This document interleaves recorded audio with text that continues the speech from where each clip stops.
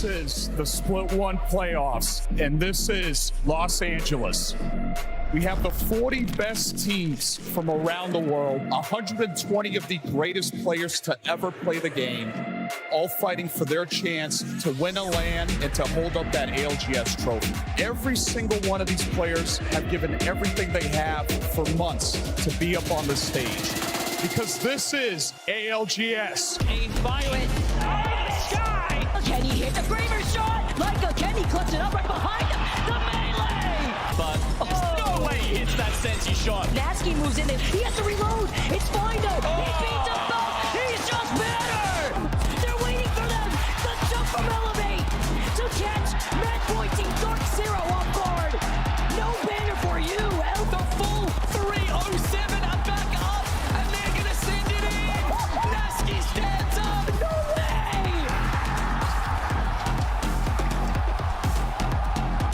As all of Reject Winity, it's a massive moment for Apex. It's a huge moment for Apex North. It will be Reject Winity that will ring around this arena. Put your hands together for your winners of the ALGS Split 1 playoffs. Reject Winity.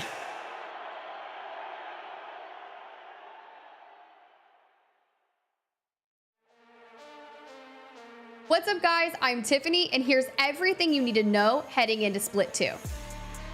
This year's Split 1 playoffs was one for the history books. The packed crowd at the Galen Center in LA saw a new legend release, sold out merch, content creators battling it out for the prestigious Solos title, and most importantly, a brand new champion. Dark Zero gave us the most dominant group stage performance in history, smashing the previous standing points record. Fnatic turned on the afterburners in the winners bracket with a massive 89 points and 51 kills across 6 games. The elimination bracket showed us why you can never count teams out, with C9, LG, Omit, Legends, and DSG all fighting their way through and making it to the top 10 in finals. Speaking of finals, they were a complete nail-biter, with both Dark Zero and Fnatic coming close to securing the dub, but at the end, it was Reject Winity that snatched match point away. 36 kills over 8 games, including 12 in the match-winning game, was enough to get Reject's name engraved on the ALGS trophy. They take their place as one of 3 teams ever to win a LAN, and the prestige of being the first APAC North team to ever have done it, and the massive cash prize of $300,000.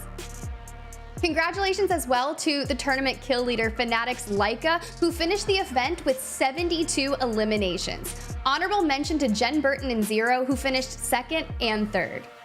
All right, now you're up to speed. Let's jump straight into Split 2 of the Year 4 Pro League. Here's a quick reminder about our format. Each region is made up of 30 teams. 8 of those teams battled through the preseason qualifiers, and 22 earned it through established winning form, invites from EA, or by being the best of the rest. Those 30 teams will be split into 3 groups of 10 teams and play a triple round robin with each group playing the others 3 times. At the end of the regular season, the top 20 teams in each region will play a match point regional final, where a number of the top teams of each region will then advance to the Split 2 playoffs. Looking forward to the second split, we're going to find out if the teams that topped their regions have what it takes to make another deep run. All eyes are sure to be on the duel in APAC North between our reigning champions Reject and Fnatic, who came so close to taking the title. In EMEA, Aurora came first and won regional finals, but weren't able to find their way into the top 5 at LAN. They're going to be looking to put that right this split, while Alliance, who came 3rd in the region and also made it to finals, will be looking to reclaim their storied form as the best team in EMEA. NA Split 1 was a tale as old as time, with Dark Zero winning the regular season and then TSM winning the regional finals. With eyes on Split 2, which of the pack are going to rise up to the challenge? Fan favorite DSG have kept their team together and have been hot at both LANs they've attended, while recent arrival Moist have been on fire and look to cement themselves among the top dogs in the region. APAC South's Legends Gaming finished second in their region and made a deep run at LAN, finishing 4th in the finals lobby. Are they going to be able to keep the surging momentum going, or will the region's winners, Wonton Dumpling, be back with vengeance? It wouldn't be a true off-season recap if we didn't dabble our toes into the frenzy that roster mania has occurred. Biggest news perhaps ever is that Imperial Hal has decided to part ways with TSM. After building a dynasty at the org, he's joining Zero and Jen Burton, forming what might be the strongest super team that Apex has ever seen. Will anyone ever win another LAN? Will the two greatest IGLs in Apex history work together well on that team? Lots of questions, but one thing's for sure. The raw talent on that team is through the roof.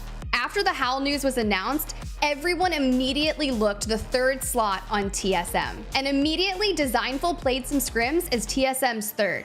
After a short social media firestorm, Design confirmed he's re-signed with DSG, leaving DSG fans breathing a sigh of relief. And TSM fans still wondering who is going to fill the biggest shoes in North America. A couple other teams have open slots and are looking to pick up players. SSG joins forces with Roller Prodigy Koifel, and over in EMEA, we've got a lot of teams on the market. 07 say goodbye to Nags, filling the void with Zane. Made in Heaven, The Full English, and The Forge are all on the hunt for a 3rd, while Go Next has a brand new roster with Kashera, leaving Postkill and ending the longest pro duo ever after Hal and Reps. He joins up with Slam and Kaishi. Some massive names are on the move as well. Taxington, Serdell, Slayers, and Thorfinn are just a few of the illustrious names that find themselves between teams. APAC South sees young bloods step up to fill some big shoes. As the 17-year-old mouse and keyboard player No Name joins Dreamfire, replacing Roy, we also welcome in a brand new org to the ALGS as prestigious multi-esport org LGD pick up org list team MDY White. Fresh off a 4th place finish in Split 1, this team's got a lot of momentum behind them and are looking to hit Split 2 running. APAC North isn't left out of the reshuffle as LAN finalists Pulverex and Kinotrope Gaming move to free agency. Riddle Order have also mixed things up, switching out Melstera with former Pulverex controller demon Umachan Lovechi.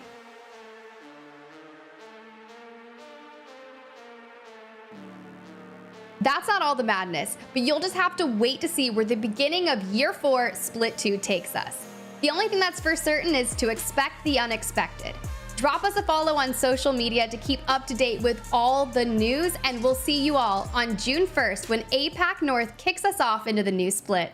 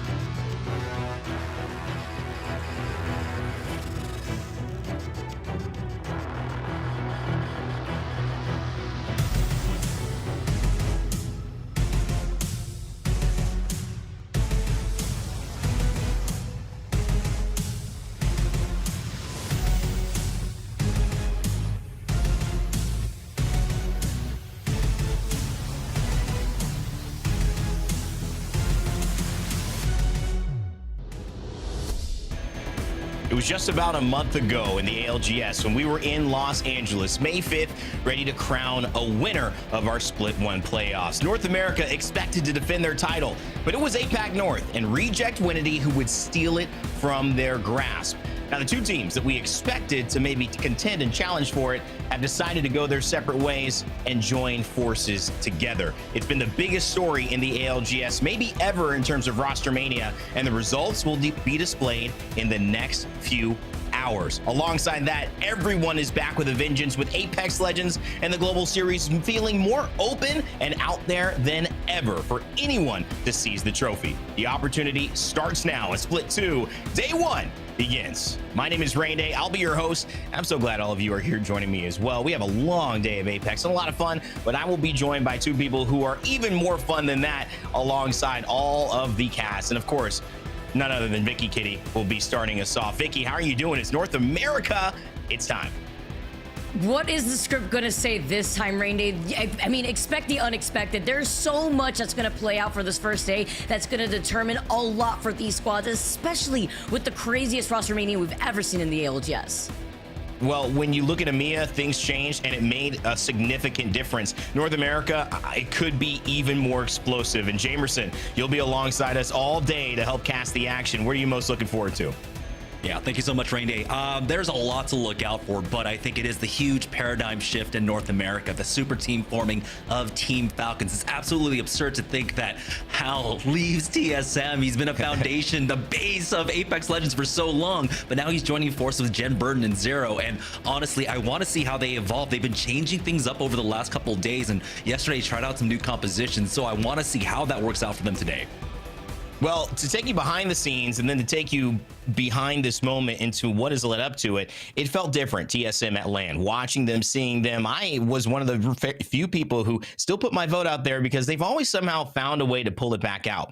But what was discovered was that changes were already in flux, that the signing and the re-signing to TSM was already not guaranteed, and that maybe, just maybe, in the back of Hal's mind, he knew this mega shift was going to happen. However, still, reading the words on Twitter, seeing the tears flow on stream, it was hard for us to realize that this was actually happening. But it is true.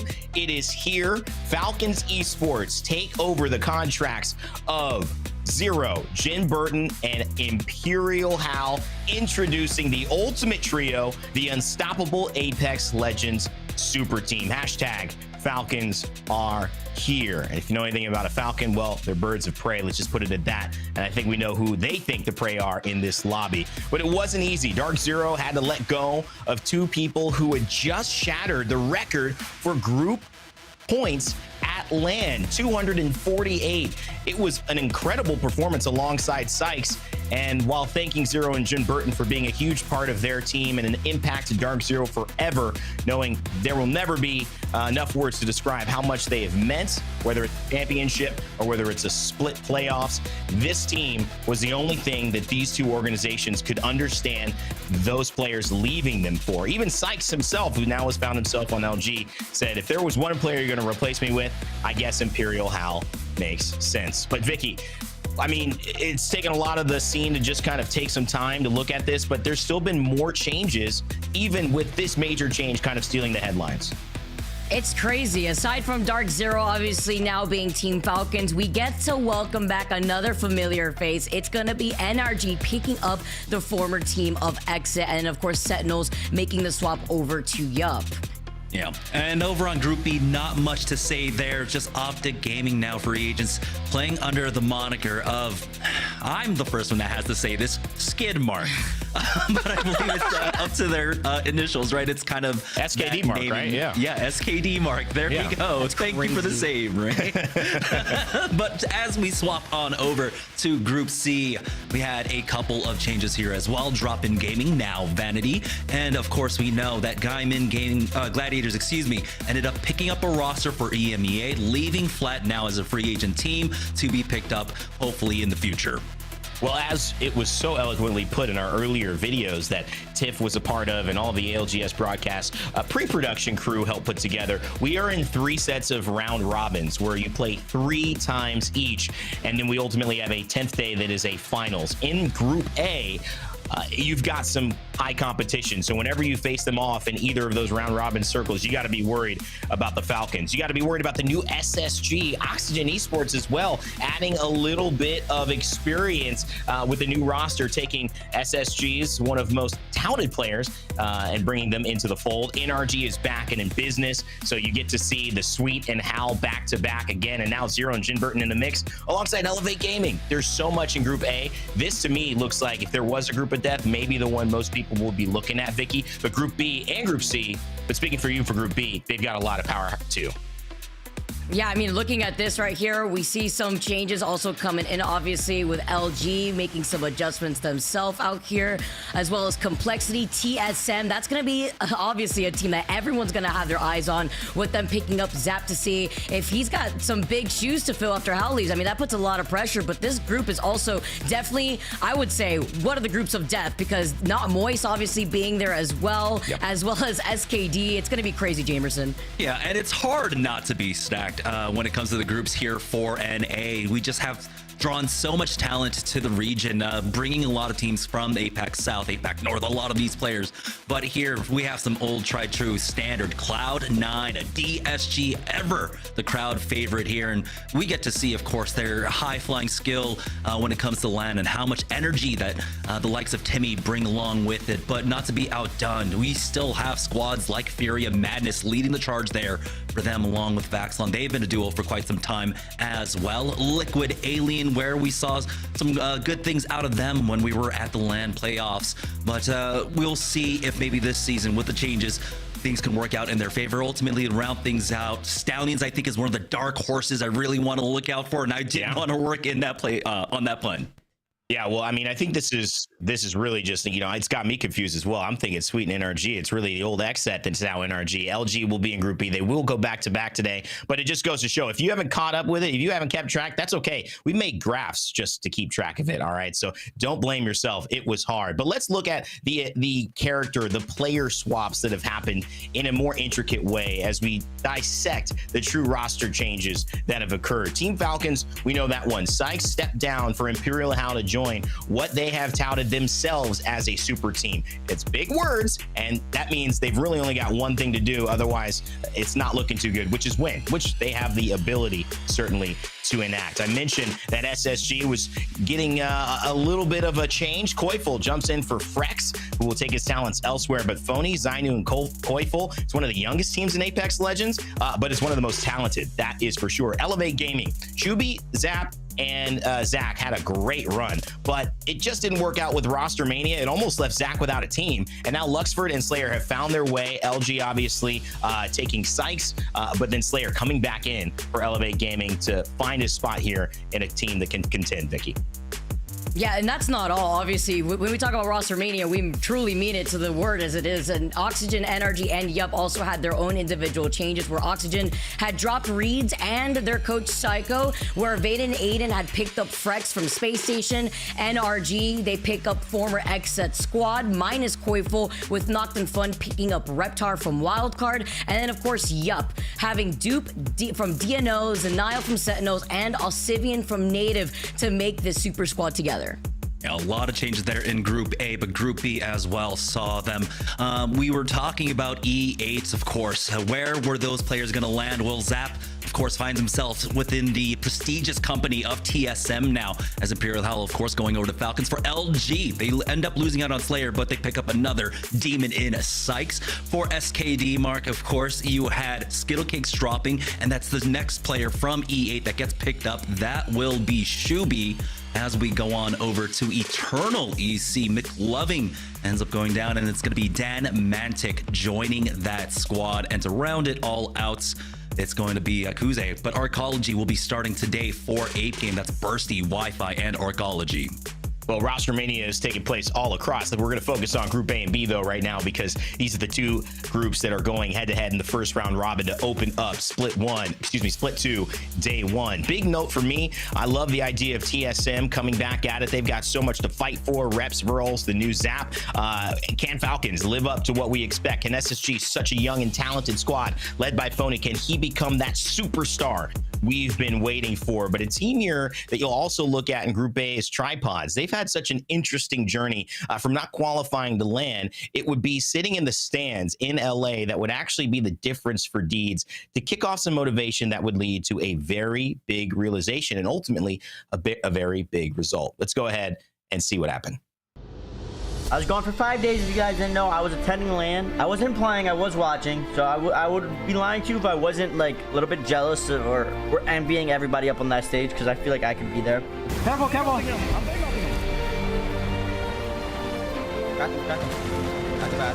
Six, knock the blood up. You're good, you're good. Play up. Dead. Push, push. Last guy. Swing, swing, swing, swing. Nice. Come on. Make flash, make flash. And slide down to me. This corner. Outside, there. Oh, my box. Oh, I made it down to you, dude. Oh my god. Oh my god. Climb. Wait. Climb.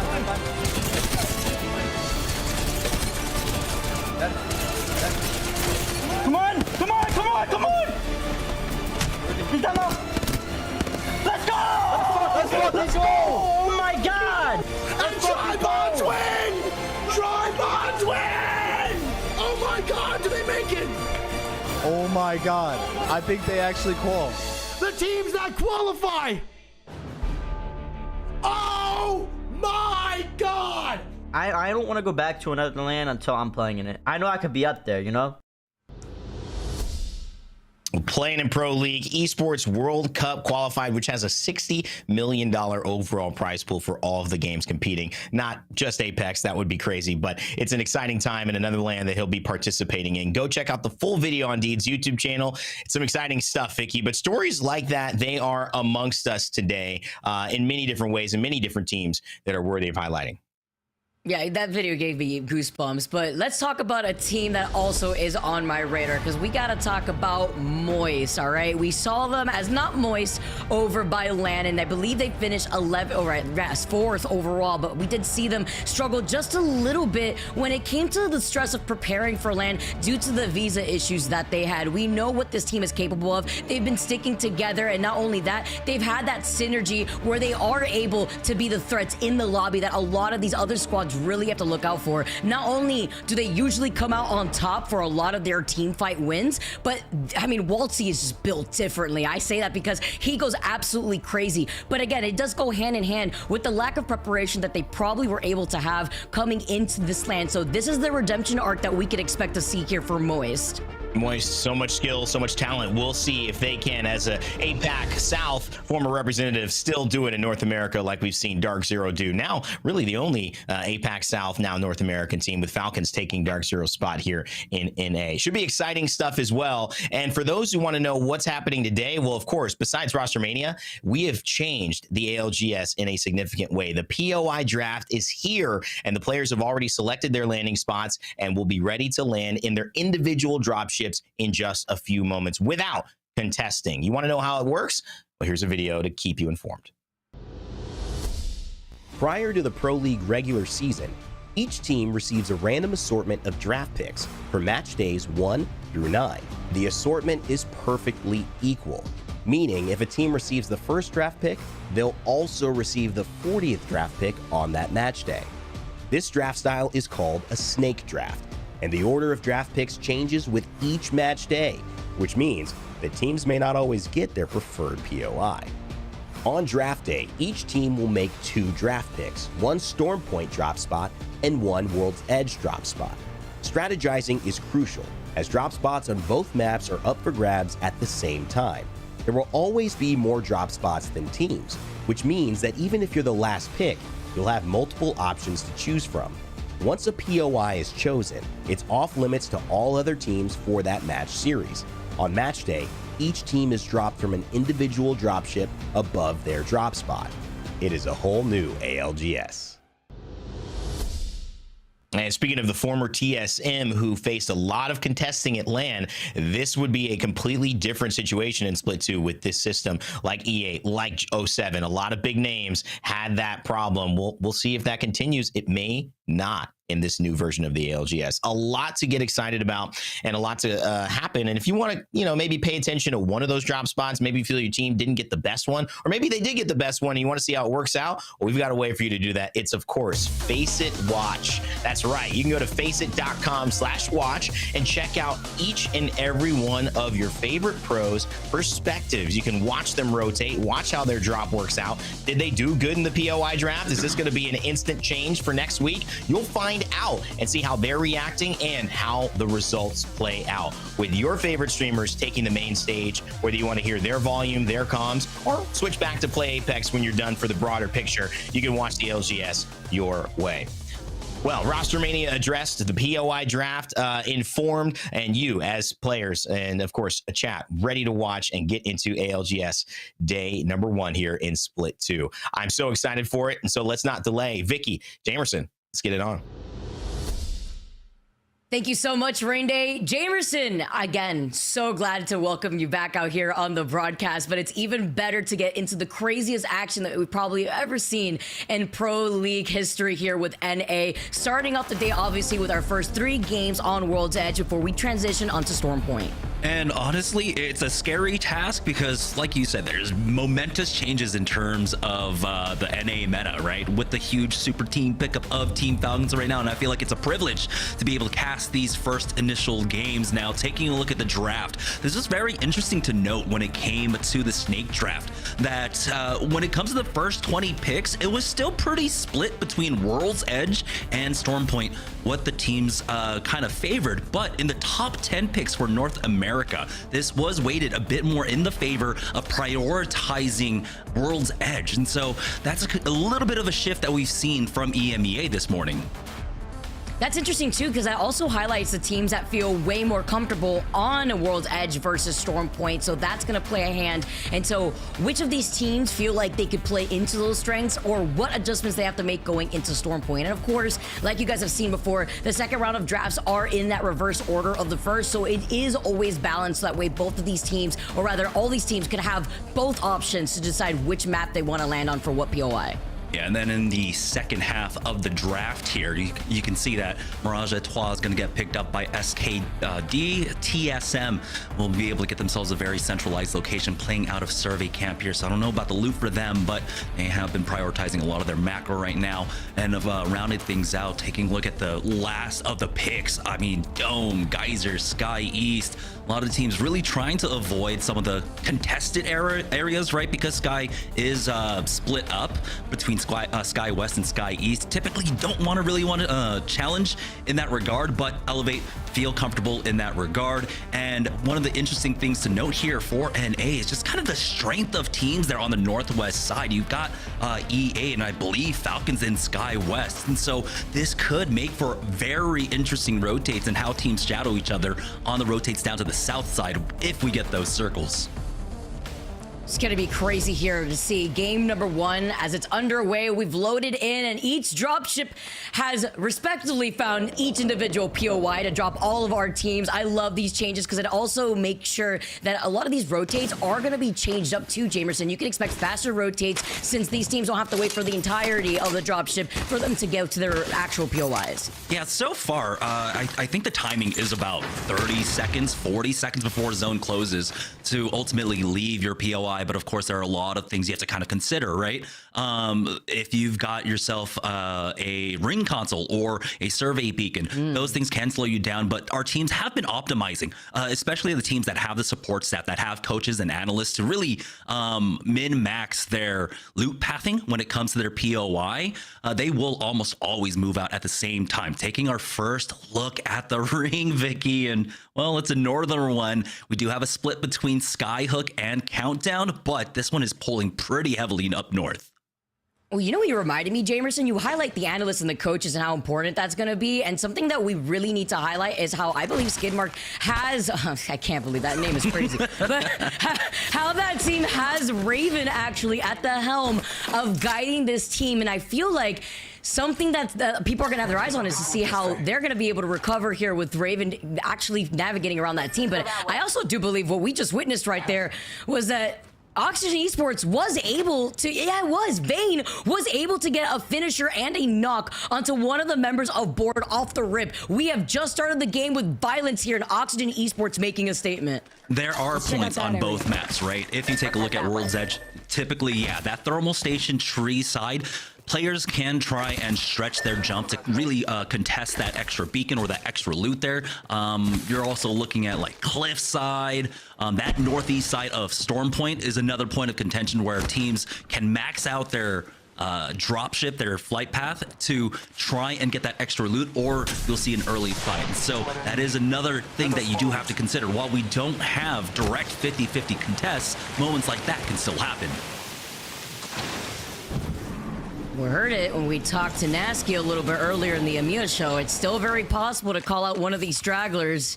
We've already seen it happen. Now we see it again for game number 1. And talk about quick rotates here. So many teams seeing this volatile circle, they've learned their lesson, especially after LAN, right? We've seen sometimes the circle pull over to the Lonely Grandma house on the north side of Trials, northwest side of Skyhook. And so many squads have already gotten ahead of the curve to rotate there because we know how volatile that circle could be when the squads that are stuck over by Countdown or by Skyhook inside these buildings where a lot of teams could coexist end up getting called out on their rotate. Ooh, take a look at this shadow coming out as Native trying to get down the hill, make their way into Fragment, but a third party actually possibly forcing him back. Most hated though were on the hunt for that. Luckily for Yup, they will be able to get their way into the buildings and probably leapfrog and safely get in. Down over here at Trials though, Team Falcons getting into an early fight. That's gonna be the first one to go down. That's dropped.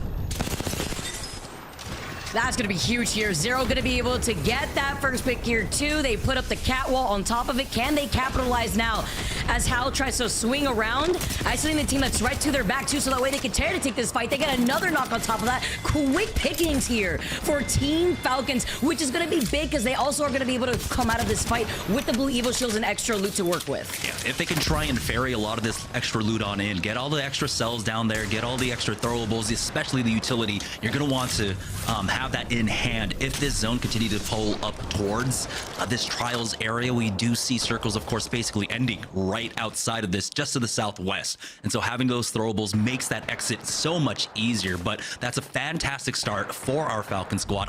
There were a lot of questions at the beginning of this, especially when you basically put two of the best IGLs in North America, nay, the world, onto the same team. How's that going to work out? There was a lot of concerns, Vicky, that there might be too many cooks basically in the kitchen.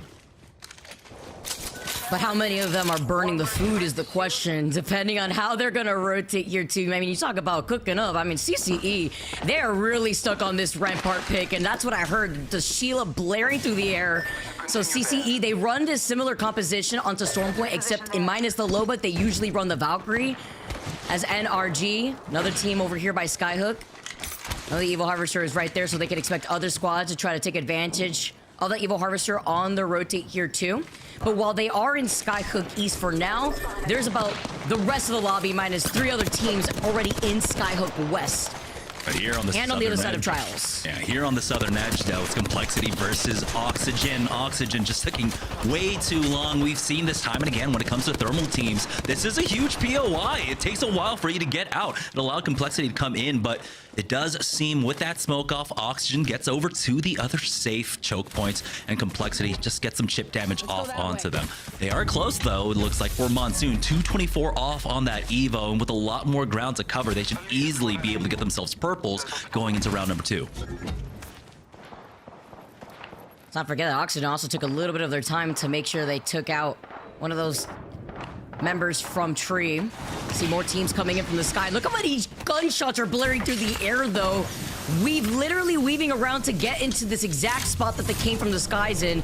But while they do that, look at their loot pool right now. The Vault with a white extended energy mag, lackluster energy ammo. This is going to be the case here while they do want to play for final circle positioning. Yeah, white attachments, white equipment basically across the board. And this is not one of those spots that you can easily get some extra loot. A lot of the action isn't going to come your way. You're going to have most of the pileup on the south side, especially inside of Sky West and Sky East respectively. Getting a better look at this ring in just a moment. Will it continue to pull north? There's a slight chance that it can come down here towards Countdown, but no, this will continue to hard pull up towards that northwest side. Tripod, Weave, basically in some of the best positions for it. It's Weave, though, that do not really have the equipment to try and convert this into more for themselves. For Tripods, though, they have a lot of angles to play off of. It can be a little bit dicey in the mid game, but as long as they can navigate it, keep their back clear, that position can be an easy top 5.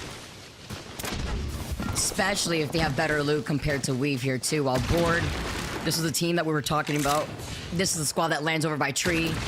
They lost on their Bloodhound early on, so playing more so by the edge patiently to see if any other teams are in the area. Do know to their north side in the middle of Skyhook, we have NGNL Esports. Yup, over to their left. This is tough too, because when you don't have a support legend, there's not really much you could do there. You have to abandon the banner if you don't feel secure to take it. We even saw Oxygen try to camp it out at one point, and now they're forced to play it out as a duo. I believe E8s might have lost out on one on their rotation here. It's very surprising at this point, but for now it looks like we might have a huge standstill. I mean, this is what happens when we get into Skyhook. So many buildings, so many positions for teams to basically coexist, and honestly you can fit the entire server in here, no problems. No one doesn't you know, we can all be good neighbors. You can make sure you're not stomping around at 2 p.m. but no, Ambino is going to definitely make noise here. They don't want any State Farm, all right? They're just going to be able to try to passively try to see if they can take some shots while also being aggressive without giving up their position. But I love how you highlighted that, Jamerson. Skyhook is one of those POIs where when the circle pulls in this direction, you can expect there to be 20 squads in what? Circle 3 and Circle 4 is where you see a lot of the chaos with the squads that have to shift outside these buildings, out into the open, especially to that north side, since that's where the circle looks like it's pulling towards. Yeah. Right now, we do have Complexity. They ran into Oxygen on their rotate up north, but they find themselves in Countdown as we join on board with SSG. I believe they just saw a team take this balloon onto the other side of this. They'll take this moment to be able to hit that scan. It's very nice to have that information because, again, they don't quite know if it's going to be pulling in towards Skyhook, in towards Countdown. Now, small engagements here or there. Everyone's trying their best to get some extra chip damage off. You can see Moist already sitting on red armors for Walty. I believe Slayers went down for the second time as well. E8 were able to res him back on in, but it's TSM now trying to give them the death blow. All eyes on TSM right now as they try to infiltrate the building, trying to call out the player, trying to gatekeep the stairs right now, but so many different angles that they could hold, including an angle by the window if they want to try to press them. Remember, there's still so many other squads in the area with energy looking at this team with hungry eyes. Nice beam from Zap, but he gets beamed without looking in his corners. There was a player waiting for them right there, so it's a trade-off right now as Zach Mazer is literally one-shot TSM looking to restabilize. Should have been so much easier for TSM here. They had done so much damage off the rip. Slayer getting res and somehow surviving throughout that fray. They do end up getting zapped back on up, and I don't know if they traded it on the other side, but they need to buy time here for Zap to go for the full heal. He needs to get the bat off along with that med kit, but I don't know if he's actually got one. Luxford was going for that peak, forcing TSM back. Elevate, they'll survive for now. Oh, but this fight is going on for so long and wasting so many meds here too at the same time, so both of these teams were able to reset. They're holding each corner too, just to make sure that they're not in the line of sight of any of the windows in the outskirts. Since once again, NGNL are looking at them, Energy are looking at them from the train station too, and they're gonna eventually have to move with a nice little overhead on the mini-map. Luxford with these beams though on the Havoc, right through that smoke. Interesting too, he doesn't have a turbocharger either too, and they're lacking on energy ammo. Look at that, all three players actually. You know, so many teams highly prioritizing trying to get into Skyhook so early on, forgoing an extra ammo. Some of them could have definitely done with pathing around to replicators, get some extra ammo at the very least before you engage into this area. It's so hard to secure so much of the loot, especially when you're playing a man down like E8s, who had to get Slayer back into this game, and now you're already cannibalizing your resources, and then going into those protracted fights will continue to add on to that pressure. With that last ring closing though, we do have another hard pull up to that northwest side. So Team Weave definitely benefiting for taking that very risky position up on the northwest side, that really risky balloon to get themselves there. Tripods also in a very strong spot to finish this one out. It should be a top 5 for either one of them. Let's reposition there. It's good for Weave, though. As long as they play by the rocks, they have a lot of cover to work with there, even with the lackluster loot that we saw them with earlier on. As this fight now, in the outskirts of Countdown, Complexity looking to take this fight versus Oxygen.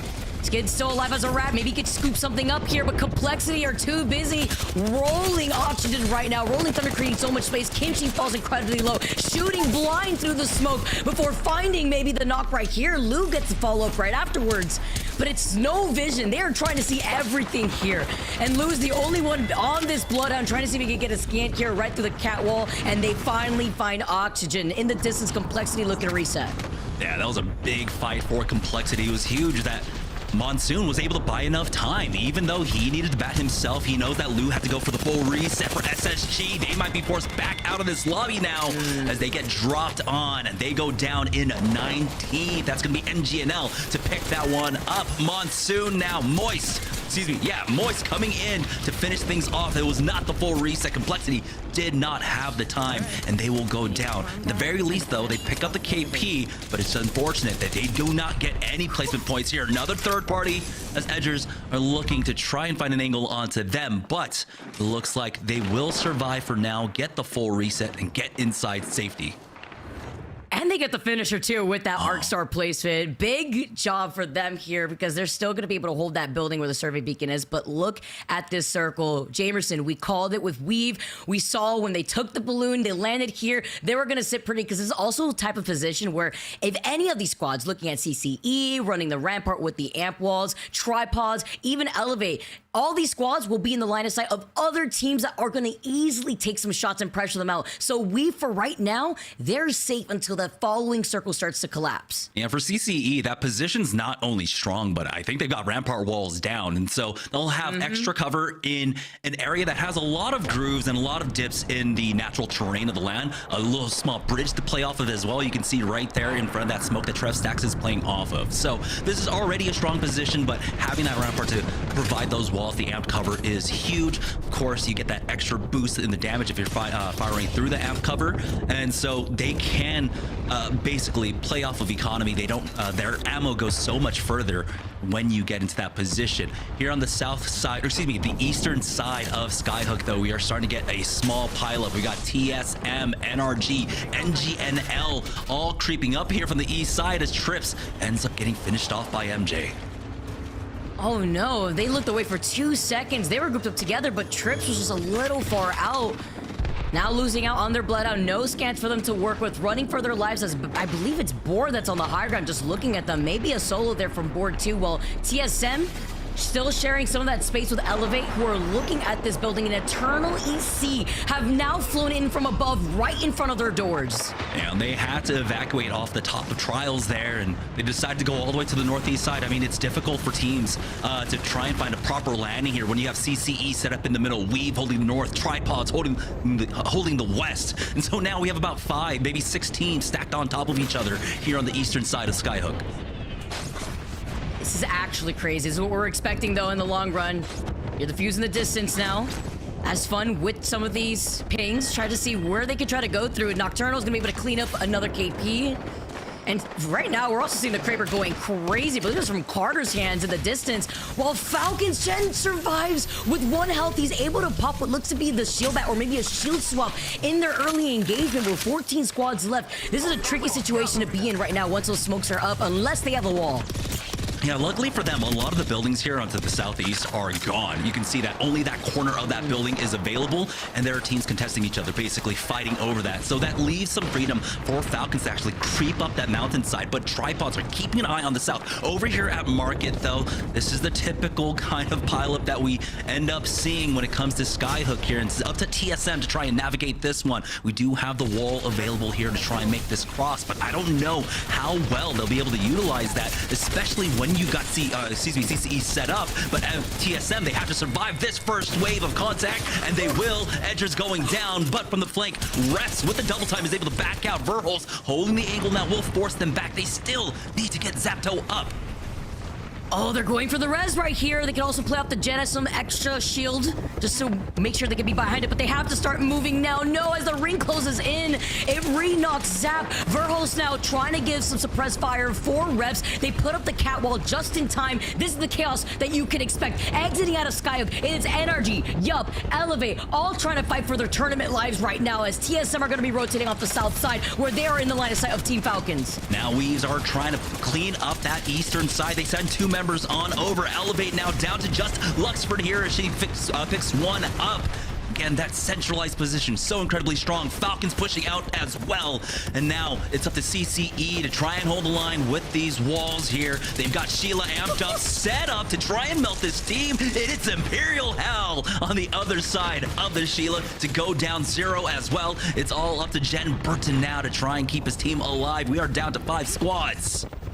This is such a strong spot to hold with these barriers. Are you kidding me? The Sheila, new tubing everything through the catwall as well with all those nades. Now trying to find an opportunity to find Jen. Trying to play his life off the lip. They slowly crouch behind him. Take care of Jen. Wipe out Team Falcons. But they gave up their spot in the meantime. CCE having to look behind them. Oh, and they end up going down. We're down to our final 3. 7 players remaining. Tripods here. The team that came in for the ultimate third party and now the reset to try and get him up.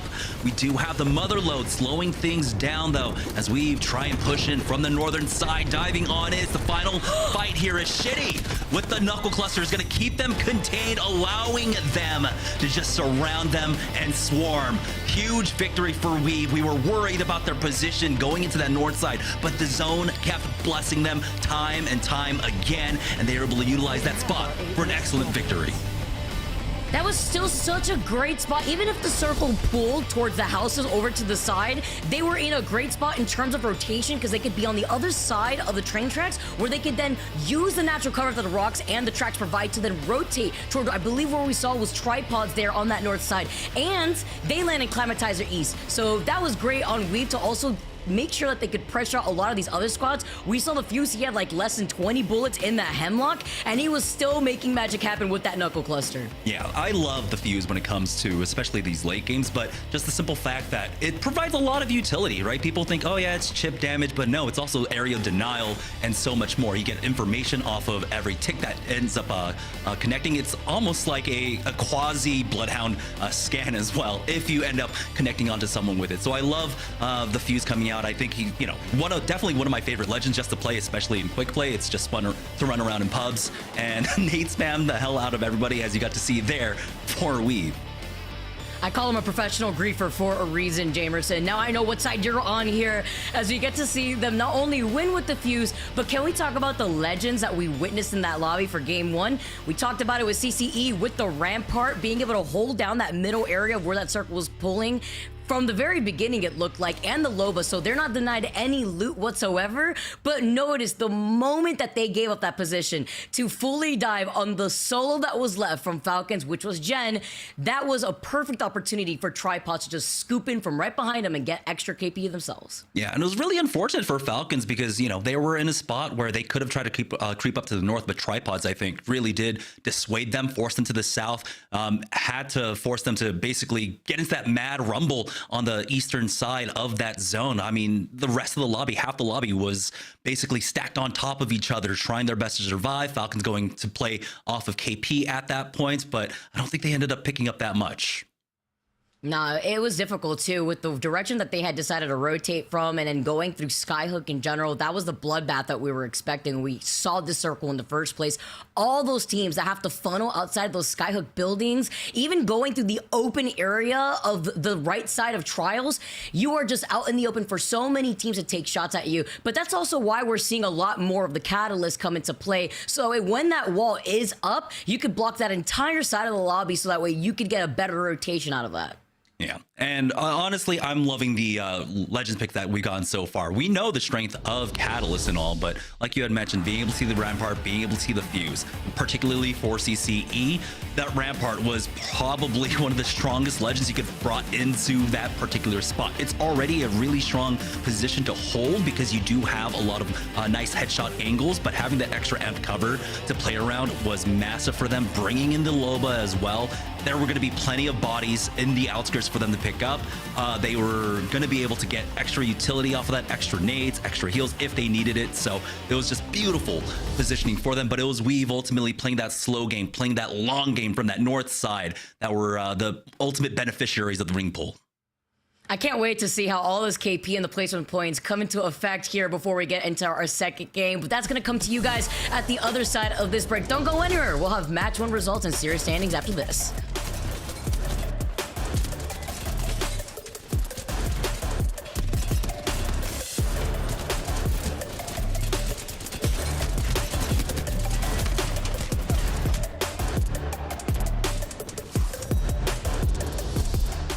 Alienware is the official PC and monitor partner of the Apex Legends Global Series.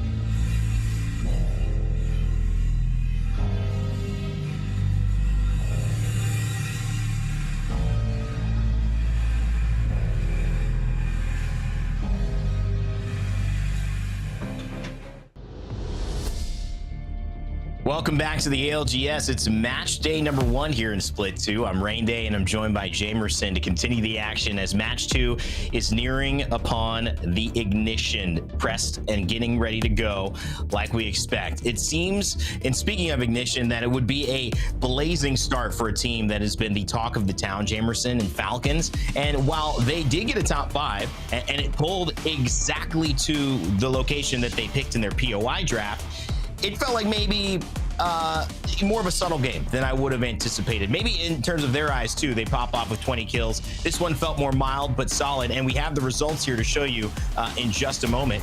I believe on the screen exactly what transpired. It was Weave who, as you were so apt to describe there in that final call, took the win with 6 kills and 12 placement points, rounding out our top 10 here, Jamerson. And this was a pretty easy rotate for them. We saw them get into that rock position very early on. They were fifth pick, but first round, taking Climatizer East. And so, you know, balloons, just to get on over there. You get into the Skyhook train tunnel on the northeast side, and they're able to get into that position very early on. So a really good utilization of their draft, and of course, the ultimate zones. I think for Falcons, what happened there was just that it was just an unfortunate reading on the zone, because of course they have priority. They're from Skyhook West. If any team can get there into the position where Tripods were, or Weaver, it would have been Team Falcons, but they kind of wanted to play this one a little bit more 50-50 to leave their options open if this one pulls down to Countdown, if this one pulls a little bit outside of Trials there. So I understand that positioning.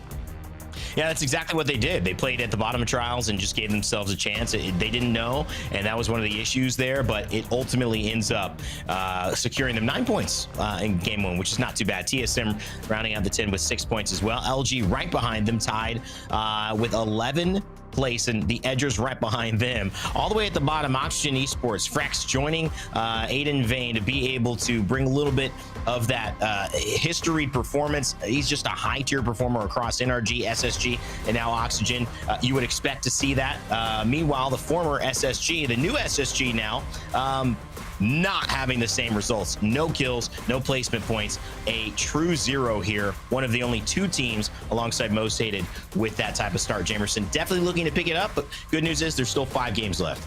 Yeah, we still have 2 left remaining here on World's Edge. I wanted to go back to Oxygen. You know, it was just being over there at Thermal Station, having that initial early contest over the beacon, slowed them down quite immensely. Complexity were trailing them, and I think both teams kind of let that tempo get away from them. Consistently kind of paralleling each other on the rotate up to the north-hand side really did hamper their ability to get on in. So we'll see if maybe they want to adjust their timings a little bit there when they get a northern zone like that. Yeah, I know. It all depends, too. I mean, how does today's World's Edge, shake out, where we see Northern Zone sometimes become the antithesis of what is actually available? It could be an echolocation day if you're talking Storm Point, where it's just 2-3 times in a row. World's Edge has given us a lot of variety, though. Even earlier in EMEA, we saw some epicenter, we saw some overlook style, kind of northwestern zones. And so it does seem like there could be, maybe a little north zone here. We don't know, though. That's the beauty of it. It's all random when you get down to it. And of course, these pros are going to be up for anything. But that certainly will make that journey a lot harder, Jamerson, if you have to parallel a team who's doing that same type of rotation for you and vying for the few spots that are remaining by the time that you get there. Yeah, and speaking of teams that are going to be paralleling, if we do have like southern zones, take a look at the grouping in the Northwest. It's absolutely absurd. Yeah. You do have Falcons up there. You got Elevate. You've got TSM as well playing out of Survey Camp. And so there are multiple opportunities for those three teams. I think teams everyone's keeping an eye on to run into each other on those rotates. So I love how this new POI draft system has created already these kinds of situations. And as you see it here, a great overview of our draft. Falcons, notably, an interesting point, had, I think, the 2nd or 3rd pick on the day, and they chose to go for Skyhook East. The interesting thing is that Elevate used their 2nd pick, which was about 35th, to pick on World's Edge. They prioritized Storm Point, and so that left them with a choice probably of a much lesser POI or kind of half contesting TSM, sharing that Skyhook space, which obviously can make things difficult if they both have to rotate, and of course mean they will run into each other a little bit more often. Excuse me, Falcons, not TSM. But all of this looks pretty good. Oxygen Esports, you mentioned they're in Thermal. Jamerson, a lot of teams here giving themselves a chance with their new draft, meaning that they're at least going to be able to land and get going before they have to fight.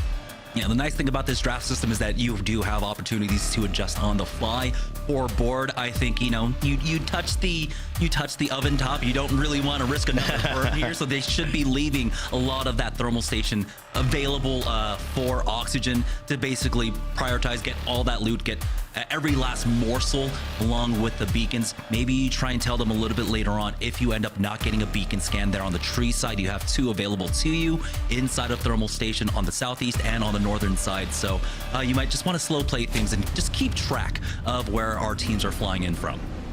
Well, as match day number 1 continues, it is really a test of patience as to who is going to come out after 6 games. There's so much expectation on so many of these teams. You're bound to trip a little bit as you get your feet wet and get started going toe-to-toe, and the heat increases here in the ALGS. But if you can at least fix these things along the way, make a few mistakes, get back up, and like Weave, continue on after maybe making some good plays, well, there's a possibility of taking home a win today. Still a lot to do, and Lottery knows it as they pick up the G7 and the car and get loaded up.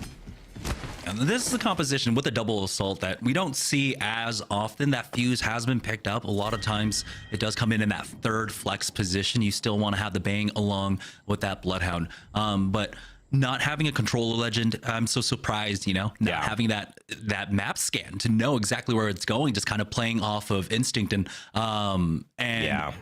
your own history on this map. And oh no, Rain Day. We've already gotten our second North ring. We had a feeling here. we had a feeling, and it is random, but at the end of the day, I think really it goes down to it where sometimes you just have those days where echo or skyhook. It seems to be one of those skyhook days. So teams, at least they'll be familiar with this rotation. And it also means that if you were 5th, or hey, maybe if you were 20th, you hopefully can understand and have a quick understanding of what didn't work well. I mean, it's one of the things that Nasky was talking to us about in EMEA, having the awareness of where your POI is.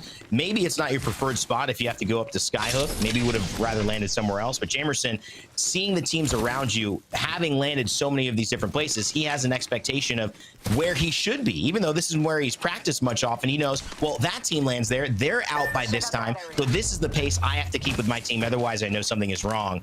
Those are the things that IGLs now have to have in their back pocket of awareness if they're going to be successful. Yeah, someone needs to rein in whatever's going down over there by Tree. Hold on just a moment, though. LG finding themselves in an early engagement now. Early damage out from Sweets as they're trying to chase down CCE, but I believe it was a bracelet out to keep him alive. And LG now taking up all the space here. Spots one stuck inside of the train tracks now as they try to get on up, taking a lot of damage, hitting for flesh, but Sweet is not able to finish him off quite yet. And there it is, the last bullet to take out Cap. Truly a generational talent in the ALGS and Apex in general. One-man show sometimes is the way to describe Sweet. Just last man alive for his teams, whether it's NRG or LG now as of late, and really always can make something happen. Always a threat as long as he is on the battlefield. Elevate a team that's changed quite a bit. Last season, they were a team that, in many opinions, had a lot of upside and could have been making a bigger splash at LAN. They got caught up in some contests, though, and unfortunately weren't able to get the results they wanted later on, and then roster mania hit him hard. But Zach Mazer is still working to bring the momentum back to that team that just has so much promise and continues to, and again, really the resurgence and the revitalization of Zach Mazer in the ALGS. It's been a great thing to see. Yeah, and with the amount of time of preparation they've had for this, it's only been about 2 weeks that they've been playing together under this iteration. So I've been liking what I've been seeing out of Skrints. He's been doing a great job as an IGL of really reining in Slayer and microing him, because I think a lot of people do kind of understand Slayer can be sort of a lone fox at times. He does go off on his own, tries to find the plays, but Zach is clear with him in terms of his comms and what he wants him to do, how to hold angles. So it's been refreshing to see that kind of shot calling coming out from Zach, ultimately, especially if he can get his team into the late game. It is one of the most devastating forces to really deal with. Slayer, Zach Mazer, all on top of your head. It is not something I would ever want to find myself on the other side of. Now, Slayer has a lot to prove as well. I mean, it was truly just a matter of Sykes has probably got a bigger pedigree there in terms of Apex Legends. He's done it with XZ, he's done it with Dark Zero. Imperial Hal, probably the only person that could warrant being taken out of that roster after their incredible performance at LAN. And so LG dropping Slayer for that, well, he's got to feel like, you know what? Ultimately, I'm going to try to make sure that wasn't the best choice. I love Sykes, but I shouldn't be dropped for anybody, and now it's got a chance to prove it with Zach. We'll see if the leadership can create that as we see a little bit of TSM, we see a little bit of Weave. People starting to set up here. A lot of our teams already rotating up north to Skyhook. They know the drill, but still a few teams taking their time. Yeah, there's still an opportunity for this to go over towards the landslide area, into that open ground, but that's true. You can see how much of Skyhook is still open, so I can understand why a lot of our teams are putting their focus on to Sky instead of landslide, and that does leave it free for teams like NGNL. For Team Falcons, though, they are here on the multi-level floor. It looks like they wanted to go for a 3-man push on up, and I think they were able to spot it out. Yep, white armor's on the other side. Team Falcons want to take advantage of this one. I don't really want to be pressured too. It's part the fact that yes, they could share this building, but there's more pressure for them to potentially get sandwiched and have no way out. If they can get that high ground, possibly, it would give them a little bit more opportunities to feel safe. But at this point, they just do not want someone to be pressuring them from down below. Right now, they seem content. EEC having a good job, doing a good job. CCE, by the way, a big shout out to Trev Stacks and them. We'll have a chance to see them if they make it again. But the Rampart, I loved it. He's somebody who, you know, I first caught last couple of months playing in our Nessie Cup. It was a creator invited event. Well, ended up finding his way into our pro league, and that Rampart, and with the sniper presence that he brings, it's going to be a threat. A lot of our pros maybe haven't experienced that player in this squad too often, but I was not surprised to see them in a top 5 situation. One of the biggest skills. And right now, Falcons, oh, they're making a move. That was a huge call coming up from Zero. They were waiting on that scan. They noticed that there was one player remaining on top the roof by himself. They tried to make the move, but as soon as that scan went down, he knew he had to back away as well. So Team Falcons, they are really firing on all cylinders at this point. Hell, with that Bloodhound scan, the Beast of the Hunt Pop doing a lot of damage here, forcing that team all the way onto ultimate low ground. Another scan in. A little bit lost here, but they do finally spot them out. Hal wants to push on in, but he's going to utilize that nade to try and flush them out and allow them to peek down from here. Oh, wow. You can see they are stuck inside of the offices. So now absolutely boxed in, but Team Falcons regroup as a full 3 men and want to go for the swing once more. This is the benefit of Catalyst right here. If you wonder why she's so strong, this is it. I mean, look at those piercing spikes. Really, so much ammo to get rid of them, and no one wants to run through them. However, Jin Burton has the chance to get a little bit more aggressive because he is the Catalyst. He can walk through those things, and look at that, the pressure from top down, and they just push them down floor by floor until they leave the building. What a showcase there of really, I think, just ALGS bullying right there. I mean, that was Eternal EC going, all right, you guys gonna try to take this fight again? Seriously? All right, let's just get out of here. You take it, you want it. And ultimately, Falcons got what they came for. Yeah. And now as we take a look at that final ring pull, it is going into Skyhook. So the teams that were able to get into those positions early on will benefit from that for complexity. Playing from hard edge, basically on the southern side of the map now, have worked their way on into the northwest side. SKD, though, playing on top of the tower will not make it easy for them to get underneath, but it does seem like complexity. We're able to navigate that. For the time being, though, our Watson compositions coming out, taking control over these rooftops will create a lot of space for them to possibly peek out from the sides, try and sneak some KP here or there. We'll see, though. For tripods, they are playing off of that caustic, and I think with this setup, with this building that they're currently in, no one's really going to be able to evict them unless someone goes for too long of a peek out of these windows and ends up going down, but they are not risking anything at all. They were all stacked up on top of each other inside of that toilet, essentially, and so they're not risking anything. They understand the strength of this comp when it comes to Skyhook, when it comes to those Skyhook endings. One Nox gas grenade can easily pick up 5 KP in late game. Yeah, and they won't be worried about much approaching, shooting with that flatline iron sight from that distance. I mean, the man must have 20/20, maybe even more clarity. I wouldn't be able to do it, I will tell you that. But tripods, they are feeling themselves, and never underestimate a team that's coming into a tournament like this with momentum from another tournament, qualifying for the EWC. That's just given them a bit of prestige, and in the back of their minds, a bit of self-esteem going into this, to where, you know, if you had an opportunity to play with full confidence, to play like you know you belong, well, they certainly have it right now. And we'll see tripods continue to hold that position as Yup, Duplex, Sin, and Osivian trying to fight their way through the tunnel. They can hold pretty right now with the Watson. Duplex and the pylon means no grenades coming soon, but it's Moist on the other side of that Duplex are pushing, and Moist seems like they're ready to give it up and just continue that rotation a little earlier. I believe it was an attempt to add a third party there, but they were absolutely set up for success. Having that pylon down, having the extra fences, now just about watching their back. I believe the remnants of Weave are still behind them. Not entirely too sure if they were able to recover their banner. Oh my! No, they weren't ready for that. It was a 3-2-1 on, I believe, a player that was trying to get that ultimate Excel off. And what kind of timing is that out of Weave? Getting some revenge for their down teammate. Absolutely insane. The timing was perfect. It even caught us off guard. You watched it, but if you blinked, you missed it. That is how fast Weave took it down, and just with 2 players as well, Loader and Riley McKinnick. That was a masterclass and what the 3-2-1 means. Let's wait, count it down, and then we'll surprise them with so much damage that there's really nothing you can do. And that certainly was nothing to do there. Oxygen on the other side in their own fight. SSG also in a skirmish. This team out of the zone, though, and having to move in. Will they wrap around, or will they just try to go through it? Seems like maybe wrapping could be the safest choice with how many teams are holding that spot. And 45 seconds, they've got some time.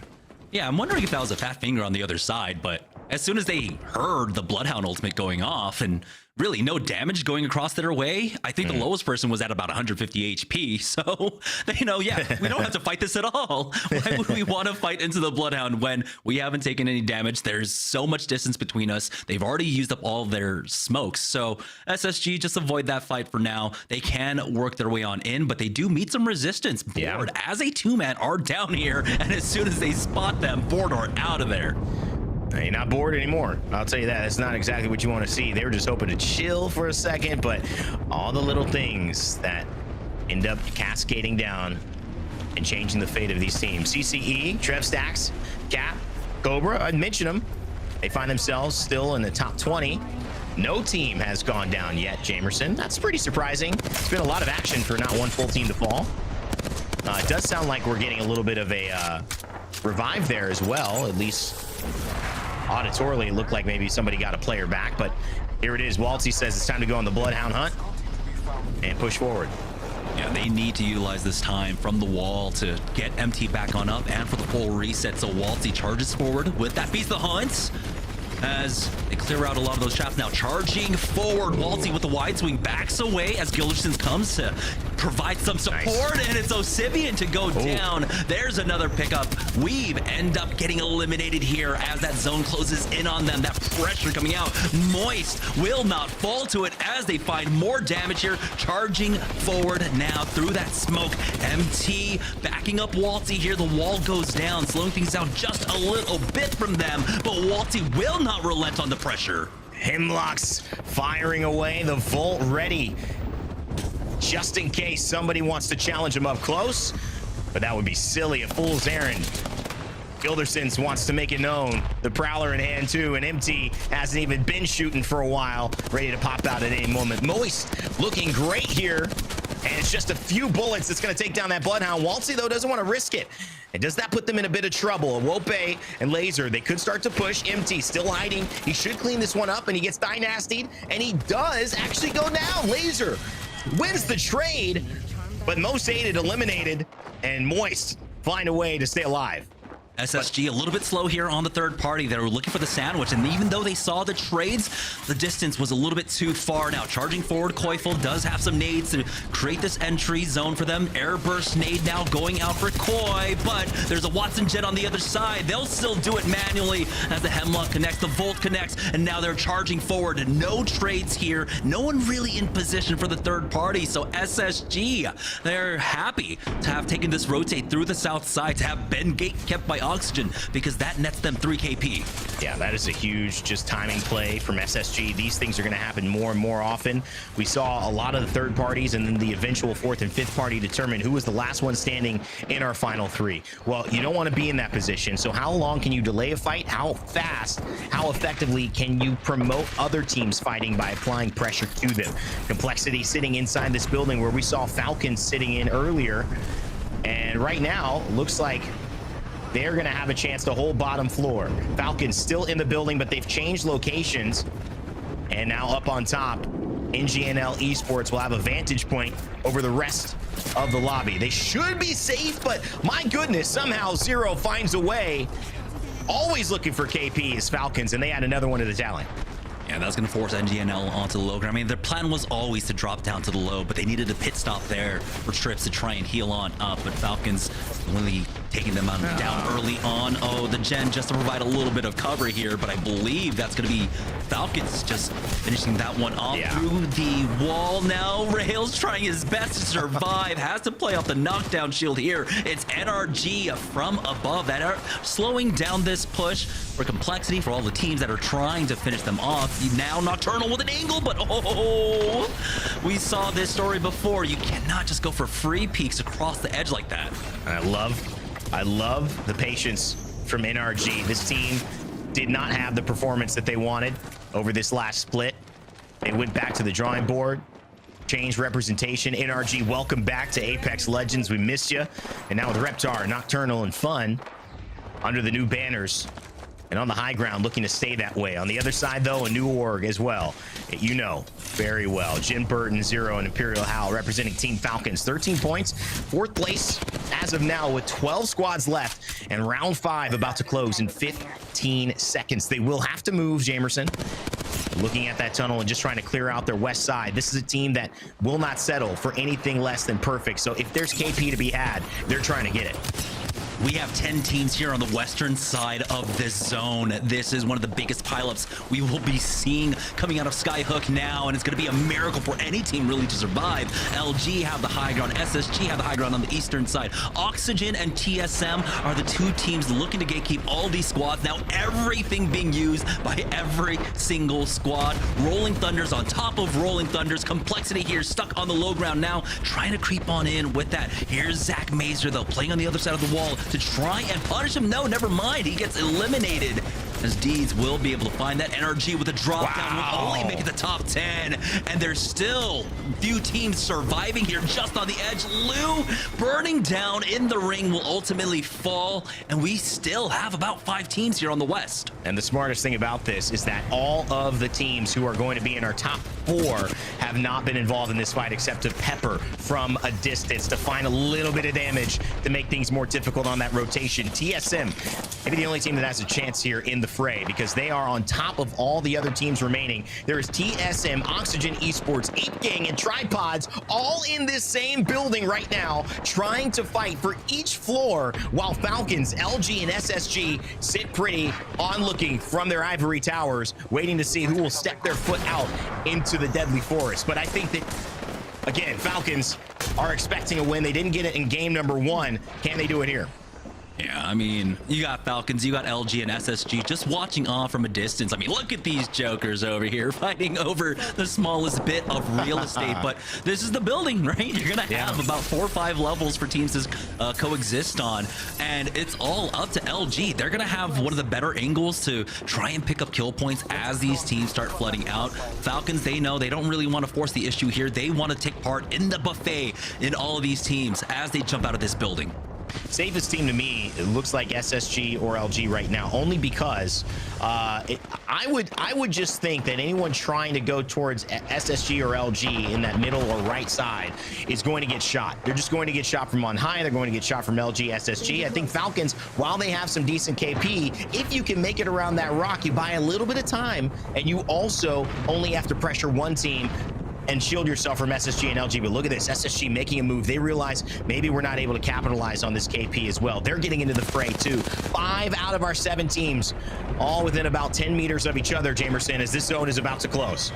It's a bit risky here, and LG seeing the move coming out from SSG, try to get a little bit antsy onto Team Falcons right now, but Falcons ends up finding 1 kill onto Funk for Onmu as Tripods move on through. There's so much they have to deal with, and it looks like the barrel itself is actually slowing things down, but that gives them a little bit of cover. Never mind, they'll get finished off. SSG will benefit from that early move on down to the low ground, allowing LG that space to do what they want to do with Team Falcons. But for the time being, we are now down to our final 4 full squads. Make that 3 as Falcons finish off Ape Gang, and it looks like LG now will get finished off next. It's SSG versus Team Falcons, but they should be able to finish this off in a 3v2. They swim on top of Phony and finish them off. Team Falcons, we were wondering how long it would take them to take off here from the ground, and it looks like game number 2, they only needed 1 warm-up game.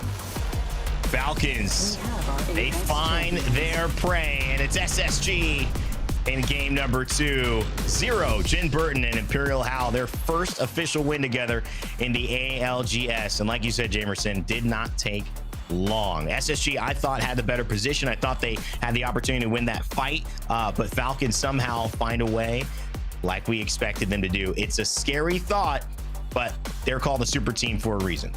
Yeah, and for SSG, they kind of had to make that movement, right? LG was basically stuck up on that post that entire time, kind of angling them out. And so you just don't want to have to deal with that. You might as well try and play for second, try to get the extra KP. You know that there are 4 teams there. The possibility of picking up 5, maybe 6 kills in that fray was absolutely massive, and so getting involved in that would have been so much more important than trying to get an extra 2, 3 placement points here or there. Yeah, and tough. You know, they may also know, hey, this is the team that we've got right now. We want to play aggressive. We want to find opportunities where we can be, you know, starring in our own show and not sidekicks to somebody else's. So let's play for what we can get. Maybe we win the game. Maybe it doesn't go that way, but at least we've got 2, 3 KP along the way, like you were mentioning. And I think that's a huge element that what SSG and what a lot of the other teams are going to be able to bring to the table, even if you look at a team like Falcons and a heads up 3v3, probably going to have an advantage. 3 of the best players we've seen in Apex now put together. It's going to be hard to beat that team straight up. So maybe SSG just had those choices wired together. And I like it. I like it. You got to play what works. I think we've seen that again and again, Jamerson. You have to play your style of Apex. You have to play your character lineup of Apex. You have to play your position style, your aggressive style. You can't try to emulate people because ultimately you just got to do what's best for you and your team. Yeah, ultimately, I loved what we saw out of Falcons there, right? They were able to turn around basically 2 northern zones. One didn't go their way. This time it definitely did. And one of the huge components there, I think, was just LG's positioning. SSG were able to kind of spot that out and say, hey, we can't do anything about them, but if we give them space, they'll try and focus Falcons down. And that's exactly what happened. SSG dropped down to low ground. LG immediately tried to pounce onto Falcons, take advantage of that. But from Falcons here, they got to show that they can play center zone. Game number 1 was maybe just a fluke here, and they just kind of picked the wrong building at that point. They brush it off. Game number 2, they get another northern zone here at Skyhook, and they're able to capitalize. It's a dangerous thing to show that level of adaptability.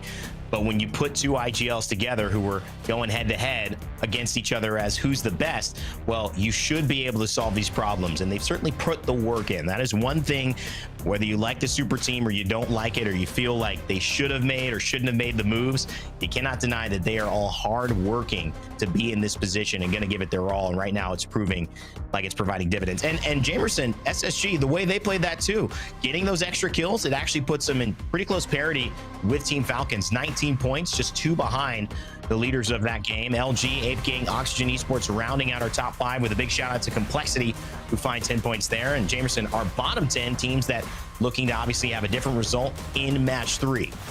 Yeah, Elevate not able to convert that early position in Skyhook, as well as Falcons. You could, of course, say a lot of that could be from the additional loot, the additional evos that you get coming out from Trials, as opposed to Skyhook East. But, I mean, Falcons navigated that extremely well. Elevate, I think, could have found a little bit more, but we did see a lot of teams really highly prioritizing getting to Skyhook there. It becomes very difficult and almost a toss-up in the end, whether or not you're going to survive that rotation as that zone kept pulling to the east, and with so many buildings, so many contingency plans that you had to have in place, I could easily see it getting away from you. Well, one of the good things about this overall standings as we take a look after 2, where it sits with Tripods, LG, Weave, SSG, and Team Falcons being our first place team all the way into our top 5. It's just the consistency. Can you get 6 points per game while you're having your pop-off games? That's going to put you in a position to actually win this thing. Team Falcons' 9-point game they had before is why this 21-point game puts them 11 points ahead. It actually really says, wow, Falcons is out in front. SSG just had a great game too, but they had 0 points the game before. You can't have these zeros, these ones, if you're going to be contesting. So we'll find out if it can continue. Will Falcons get their 2nd win in a row, or will someone else in North America step up to stop them? All coming up after this.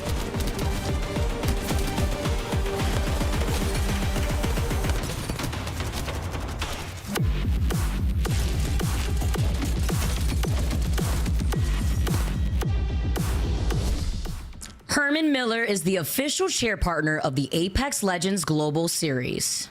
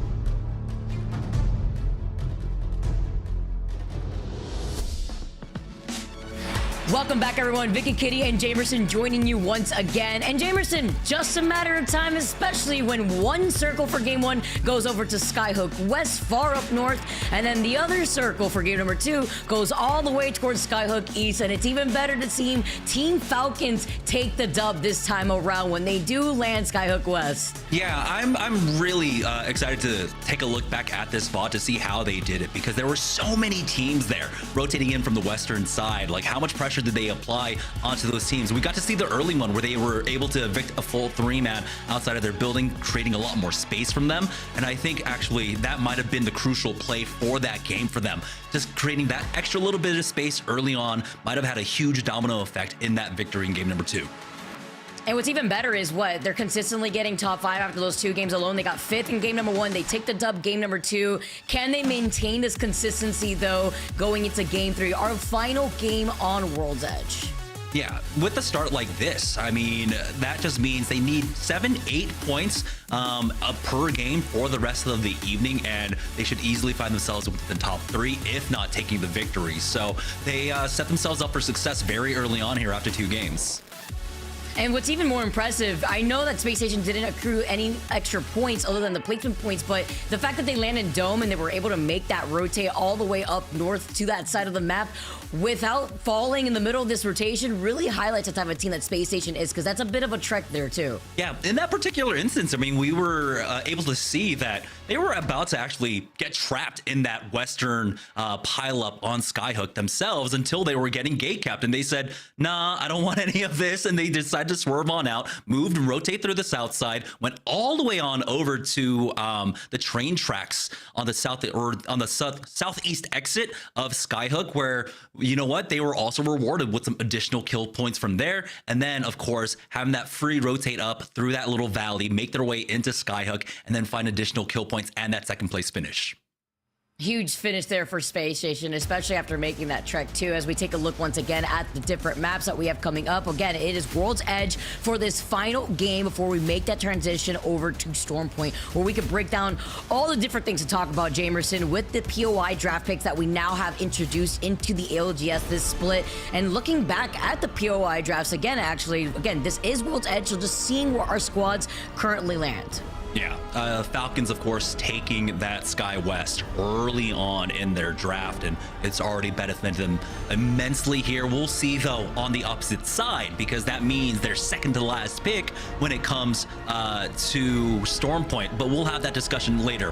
What I really do want to look at here is just, again, that spread. If you can see, pick number 19 for Overlook, that's Edgers, and that was the final pick in the first round of the draft. And so we had a 10 out of 10 splits when it came to World's Edge versus Storm points, but in the top 10 picks, it was 6-4 in favor of World's Edge. So far, a little bit of extra weight going over towards World's Edge in the first 10 picks. Oh man, that's crazy, because that also highlights the teams that feel maybe more comfortable on World's Edge, or it could be vice versa, honestly, there too, where they want to prioritize their pick on Stormpoint, and then they know they're comfortable enough on World's Edge where they don't really want to prioritize their pick onto that map. So seeing how a lot of these other teams have been able to play things out while we wait to load into our next game has been really interesting. I mean, coming out of EMEA and now into NA and seeing how this all plays out, will we have a shakeup on this circle? Will it continuously pull over by Skyhook, or is the south side going to get some love? Yeah, the final picks of the drafts there, Sky East, Geyser, Dome, no one really wanting any of that. Of course, not taking that contest in the Skyhook area, but E8 ended up having to take that one because the remnants were things like Geyser and Dome. Geyser, we know how hard those rotates are. You basically have priority on almost no zone, especially if the pick goes on over to the western side. SSG also notes that, hey, Dome side, if it's going to be a northern rotate, we're going to have a lot of teams in our way, but they were able to navigate this one. I feel like a lot of this might come down to the weird set of action that takes place between Oxygen, Board, and Complexity there on the southwest side. There's a lot more extra space because those three teams are very preoccupied with each other, and SSG are able to kind of just swerve on past them. Let me bring up Complexity. Unfortunately, for this final game on World's Edge, they will have to play it out as a duo because I do believe Lou has lost power, so hopefully he can load back in quickly, but that's just going to be the nerf that Complexity has to take for this game alone. Hopefully they could just overlook that as we take a nice little flyby of all of our squads and the POIs that they've been landing in.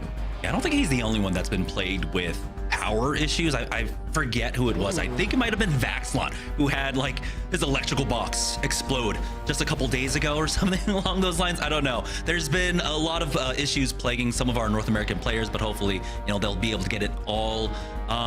They can get it all resolved in the meantime. But yeah, taking a look at, I love this fly through, by the way. It is just, it really does help me. I'm a visual learner, so I need things like this. I constantly have all the maps up, preparing here for North America day number 1 for this weekend of Split 1. I feel like I need an extra monitor because there's so much information we have to parse through now. Having, of course, the ring, the maps, having the draft on another monitor. I kind of feel like I'm a Forex trader here, right? Doing some daily trading at this point, and I need to keep an eye on all the markets. Don't you love it though? Just with the map feed and just that information of the squads alive alone, like you can just cast off of that without actually looking at the actual game here. But it's nice to be able to have all this information to provide the viewers the best experience out here as we take a look at our all-star team, Team Falcons, after taking that dub in that previous game. Gonna be able to get the Trials Loot Tooth that they could work with, as well as potentially a gold knockdown shield for Zero to hide in the smoke so that way he could get the follow-ups if he has to reset for this whole team. But while they are going to be able to get trials, I do believe there was a beacon that also, yes, you can hear the beacon actually from Treeside, but also from Team Falcons. They have a ring console for them to work with too. Oh, we've got the ring pulling down. It looks like this time around, round number 3, board, got the memo. Hey, you have to be careful. Oxygen Esports have been playing spoiler, to say the least, up against them, forcing them to play as a duo for the large majority of the games today. This time around, though, Oxygen playing this one a little bit tighter, closer to the vest. There is no beacon scan to really contest over there. It's just all about that loot. But board definitely have changed it up, have adjusted a little bit to deal with Oxygen being the thorn in the side for Complexity, moving early out of launch site now, trying to get into a power position, going all the way down here to Lava Siphon, taking up that office building spot is huge. The only issue is that meant they didn't have much in terms of a looting path, so they don't have the Evo Harvesters really to utilize. Hopefully maybe one spawns near them and they can smoke out and try and pick that one up, but from here they're gonna only rely basically upon just the damage they do. Oh, that's going to be so rough here too, especially with that positioning when you have other squads to look out for on your 6. We take a nice little flyby of the other teams taking their time to rotate. Yup, on that low ground on the outskirts of the Vault Tunnel Cave. We know already Complexity overlooking from the high ground in that building north of launch site while board make their rotate away from tree. Even the Lava Siphon teams, like with the teams that have to rotate through this POI here, NGNL, so much space to also share, but it's because there's 2 beacons here that a lot of these teams do want to take advantage of this information. Yeah. Even though Dome doesn't have the greatest of loot, it does have some decent pathing because there are so many backup beacons. You can see when they rotate up to the northeast, they have stacks, they have big mod, a lot of great opportunities for them. As we look on a board with tripods, though, making their way through landslide, we have to be a bit careful. They've got EEC to their back, but to their front, it looks like it's largely clear. There is some additional loopins for them to pick up, but it seems like they are just highly prioritizing the zone. They want to get in a little bit faster. They want to make sure they're not caught out here, especially in this era. You know that if you get caught down here in the gulch, it can be extremely bad. I mean, nades get in from every single angle, so they want to try and move in before there's any more threats, and they're rewarded for it, picking up that Evo cache. Edgers trying to use that geyser to move up and apply some pressure onto Complexity, but they got spotted out early on, and they are forced back. And I do not like this spot at all, Jamerson, because you know that there could be a third party coming in from right behind them. That's actually what we saw briefly. I do believe it's not Moist moving in right behind them, while Complexity are not going to give up this position. They have already settled here, especially with the Legend comp with the Cossack there as well. And they have noted already that board is neighboring the building north of launch site with them. So they do not want to give up that space for free. Well, nice little beamage right here from Not Moist, just making sure they leave a statement. Well, that squad right below them are going to be able to hide between the crevice of the rocks to their best ability. Yeah, luckily for Edgers, they've got that Watson set up. Speaking of Watsons, by the way, playing off the caravan here in between launch site and lava siphon. This is a position where they don't really have to worry about anything. This is almost an autopilot position. Just make sure you're not over peeking from the windows. No one's really going to want to try and take this away from you, especially if you got that Watson, because you know that if trades happen here, the third party comes fast. So no team really wants to try and challenge this one. So this is a relatively safe spot for them. For LG, unfortunately, though, this isn't a spot that you have too many angles to peek out from to try and get some damage off. And so they're going to be working a little bit low in terms of Evo progress, but it's one of those positions where you're definitely playing for the late game. You're playing to try and hit top 5.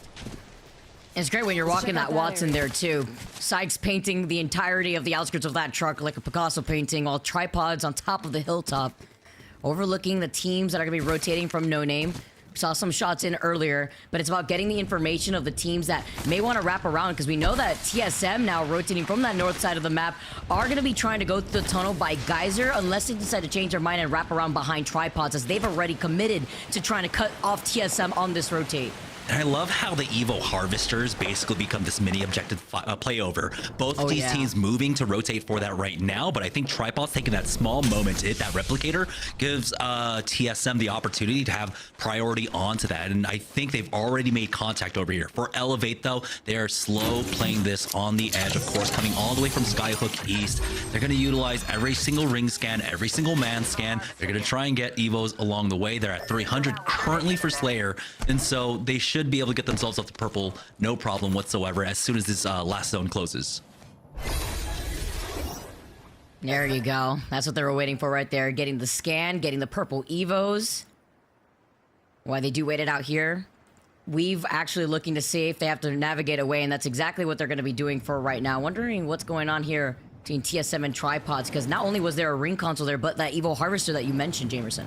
Yeah, it does seem like Tripods have made the move, and honestly, yeah, you don't have to fight over this scan when you've got double scans like you had mentioned early on over here at Big Mod. And so Tripods make the right move. I imagine that TSM were able to probably peek their head out and get that Evo cash. For TSM, though, they might have gotten a scan on two players coming in from their flanks, and that's going to be Weave. This is a huge opportunity. Elevator close enough, they might hear it to try and come in for the third party. Well, that would be crazy here, depending on how long this fight goes, especially when there's a fuse on the other side for TSM to deal with. Let's jump into a listen with TSM to see how they deal with this fight and a potential third party on their 6.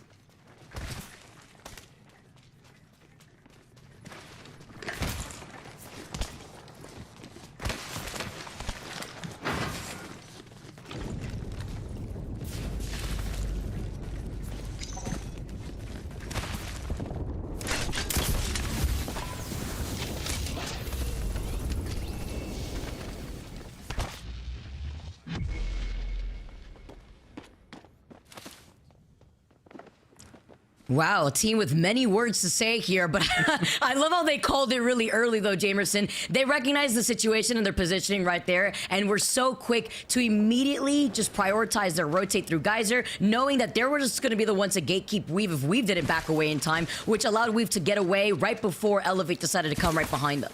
And I think they're, keeping track in the back of their mind that they also had to deal with tripods on that rotate. So they know that there's a possibility of a pinch of a sandwich coming in from that south side. So you don't really have to fully contest onto that one. You can just go ahead and back away. That's what they do. And a little bit of ships passing in the night in that regard, as TSM are now making their way down towards Big Mud themselves. Tripods actually just ended up taking the Geyser to go over towards No Name side. So now it's TSM's opportunity to pick up these scans for themselves. What a mess over here by Tree right now. EEC versus Oxygen, as EEC trying to get into position. They have the catwall just in case the third parties amongst them on this rotate being right by the edge, and they are going to be able to prioritize that ring console here to see where that next circle is going to be. As Oxygen are looking at them from afar, they could try to gatekeep them in this position.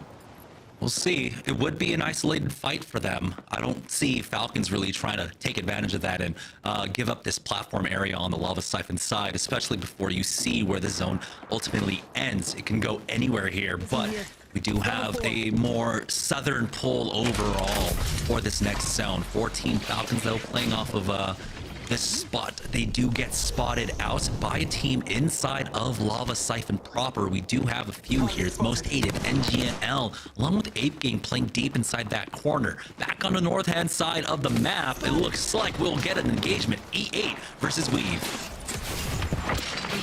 It was inevitable here too, with Weave wrapping right behind Elevate now. The scans from both sides here. Sheeny, really up to him to try to put into pressure, but he immediately gets beamed off the rip while Riley tries to just shoot right through the smokes. Both teammates from Weave now having to reset, but they were able to get the knock onto Zach. That's a big start here for Weave. It's a trade-off after they lose out on Sheeny, but E8 with the ring closing out right behind them. It is round 2, but still it's the extra pressure that they're feeling. Trying to get this finish. They want to try and secure this. Shinny is almost unrecoverable here. Riley peeks on out, doesn't have shields, and he's about to go down to the ring. Riley going down here. We'll see if Floater can maybe finish this one up, clutch it up, but he's taking so much damage, and he does! Swings on down to Elevate, cleans them up, and now he needs to heal up, wait for Shinny to bleed out, pick up that banner. Thou shalt not pass. Lord of the Rings coming through for Bloodhound to come in to clutch. TSM now also with the pings. Let's jump into a listener with TSM to see their next rotate. There's an angle we might have to evac in his third this fight, bro. Going down, bro. Like ramp is literally insane. There's no way. It's play under. No, it's not. Okay, there's a guy standing still right here though. There's a full team there. Is ramp not good though? Like, do we not just fight for ramp? It is. I think we're gonna have to. I have red armor, bro. Like, I mean, I think we have to kill this team somehow, like, and play ramp. Forget that. It's a Watson team. Okay. Let's play right. Walking the ramp. When do we do that though? But it's a Watson team in the balloon spot. Yeah. But they're holding out a team on their. We could, like, if we pinch them, they're holding out a team on their west. Yeah, they're like walking on that ramp right now. If you see a good opportunity, Evan, we have to go for it. Can we walk up behind this Watson team, I think? You wanna do it now? We have 20 seconds, 25. We might get mirrored by this team on us. They just removed one of their queues. I think we look for it now. Okay. I'm coming. Do it, guy? Can you go, guy? 3. Ready? I'm looking. 3, 2, 1, go. 1. Watch out. We need to kill that. We need to kill that. Yeah. There's now. Looking. Walk up. Get up there. Yes, I'm bolting. I got a bat. Get up there now. Just run in. I'm gonna walk the right side, okay? I'm gonna walk the right side. They're rezzing right now. They're rezzing right away. I'll walk the right side. Knock him. You got to re-knock him. Bang one. Stunned. I'm batting. I'm gonna get stunned. I got stunned as well. Bang one. I'm on bat. I'm bangled. I'm stunned. Yeah. I'm walking up. I have red armor. Yeah, I'm walking up. Can you smoke? Yeah. They're walking back. I'm peeking left. They're up top here. I'm waiting for my bangle. Yeah. Where are they at? On a ramp. Kill these kids on ramp. Are they gone? The other team? I don't see it, bro. One kid on ramp, bro. They left. Yeah, we're gonna have to play smoke up ramp, please. I'm going ramp, I'm going ramp. We need to play ramp. Get right here. They're gonna peek the door right now. Yeah, I have no bats. I have no bats. Do we have bats? I'm dropping you a bat, Jordan. Hold the ramp, guys. Yeah, I am. We have a really good spot. Here. I can as well. They can still mirror us on our backside. We have to watch our back. Watch out. Just hold ramp right now. They might peek the side. There's one queues. Yeah. There was a solo blow, but I don't know if he died or not. I scan 20. All cells, please. Anyone? I have one. No. Here. I have 3 bats. Guys. I have one bat. Just get queues on your back there. Get queues on the back there and we're chilling. Yeah, I do. They hit the 10 gas to wrap it. By the way. But they could still wrap it. We're fucking vibing, bro. Like, we have insane sound. We just have to watch our back. We just have to control the truck after, guys. Do you have wall even still? No, it's not 40. Talking about trying to figure out an engagement here, an opening before they were able to wrap around. TSM playing on the edge of the circle, noting that there are 2 other teams waiting for them on the other side of the building north of launch site. While not Moist, the team that they were shooting at originally there too, are going to be able to safely be on that other building that neighbors LG and CCE. Now taking a look also at the action happening on this north side. The squads that aren't in that next circle here, Jamerson, 8, Gan, and Skidmark. Yeah, just so much to talk about in the last minute of what happened there. I think LG ended up evicting Complexity out of that position that they found themselves early on. So it's up to LG now to try and gatekeep TSM, but they've got the consistent threat of CCE right underneath them. For 8 Gang, though, they're trying to slow play out of Lava Siphon right now, but time is running out. Zone's closing on in, and there are multiple teams here on the northern side of this ring looking to stop them. Team Falcons, I believe, who are playing off the platform there on the southwest side of Lava Siphon. SSG looking for some kill points, or possibly just a safe spot to play inside the zone. They are not quite in here on the wall, but they can use this just as a pit stop and maybe take the bearings of the positions around them. Arcstars in onto the team just outside. That's gonna be Koi finding the kill onto one. Dupe to fall, but knocked. Trades on back. Now SSG are down to 2. Oh, and you get the finishers here too, as Koi can't get the res. He could probably try to help out Phony, but he can't see through this cat wall, playing around the rock, waiting for them to come to him instead, patiently seeing what he can do, finding a way just to slide down, and decides, all right, this fight is lost already. I'm just gonna be able to try to get away at my best ability. As we take a look at another fight happening, it's gonna be Falcons now trying to approach here. I think they were able to get the ping onto the squad, as they were able to also get the first knock initially, but playing off this slight low ground could be detrimental in the next circle. Just have to be a little bit worried about Moist just to their south right now. Hal through the window, cleaning up Oxygen Esports, brings us down to 11 squads here. Falcons will have the caravan to play off of to stay safe. This was the initial position, I believe, that we saw LG playing out of, and you can see how long it lasted uncontested ultimately here. Not Moist though, looking to get aggressive, not allowing this reset, but Falcons were fast on that one. Waltzy down as Zero tries to find an angle for more. Gildersons will fall. It's going to be Imperial Hal, the only one to go down here for the Falcons. A 1v2 to finish things all off, but Zero now going to try and stick that res as more teams end up showing. Here's going to be Tripods now coming in for the third party, and that might be the finishing blow. Oh, let's see here. Zero was just trying to cycle through so much at once, but Jen with the beam on the Volt. All he needs is that white extended energy mag here, and he can make some magic happen. Hal just trying to get into safety to see if they can try to get the reset potentially as Jen moves all the way back. Yeah, it's going to be the Bangalore Ultimate forcing them all the way back here. I don't think Hal survives this somehow with a sliver of HP, and that's the immediate push out as they got the connects on that one. Might have baited them, but Zero is still alive. It's a 1v2, but he is cornered, and Tripods hunt him down. But Zone is taking away and closing on in. I don't think Tripods are going to be able to rescue their third. Here back at Lava Siphon, we've got a 4-team pileup on the north side. NRG, most hated. We've got Weave along with SKD. Which team is going to survive this scramble? Oh, with double catwall coming in though, X marks the spot. NRG, you see those pings coming out. Still with full blue shields, as well as they've taken their time in this building. See other spots now moving in. They see that they're flesh. You know that those comms are flowing now, as NRG are dropping all these teams left to right like flies. We've also get eliminated in your feeds. But while they force their way out, it's going to be SKD that they have to focus on, with most heated being right behind them. Fun, literally one gets taken out. It's only up to Nocturnal as NRG get eliminated in the chaos. Tripods getting extremely aggressive here, looking for a little bit more. Most hated stuck in a corner right now as SKD push forward to finish off that last player, but they're not going to let it go away for free. Will Tripods jumping on over the fence side. CCE playing down, top down. LG stuck underneath them. They do have that Watson though, but for CCE on the controller side, they've got Trev Stacks, of course, playing that Rampart. The Sheila might be huge here to try and clutch up and get some extra kills on the teams playing off to the north hand side, but we've got a weird standstill between Tripods, between SKD. All of them want this final kill onto this last most hated player. And oh no! Laser actually beams one player inside. That's Tripods.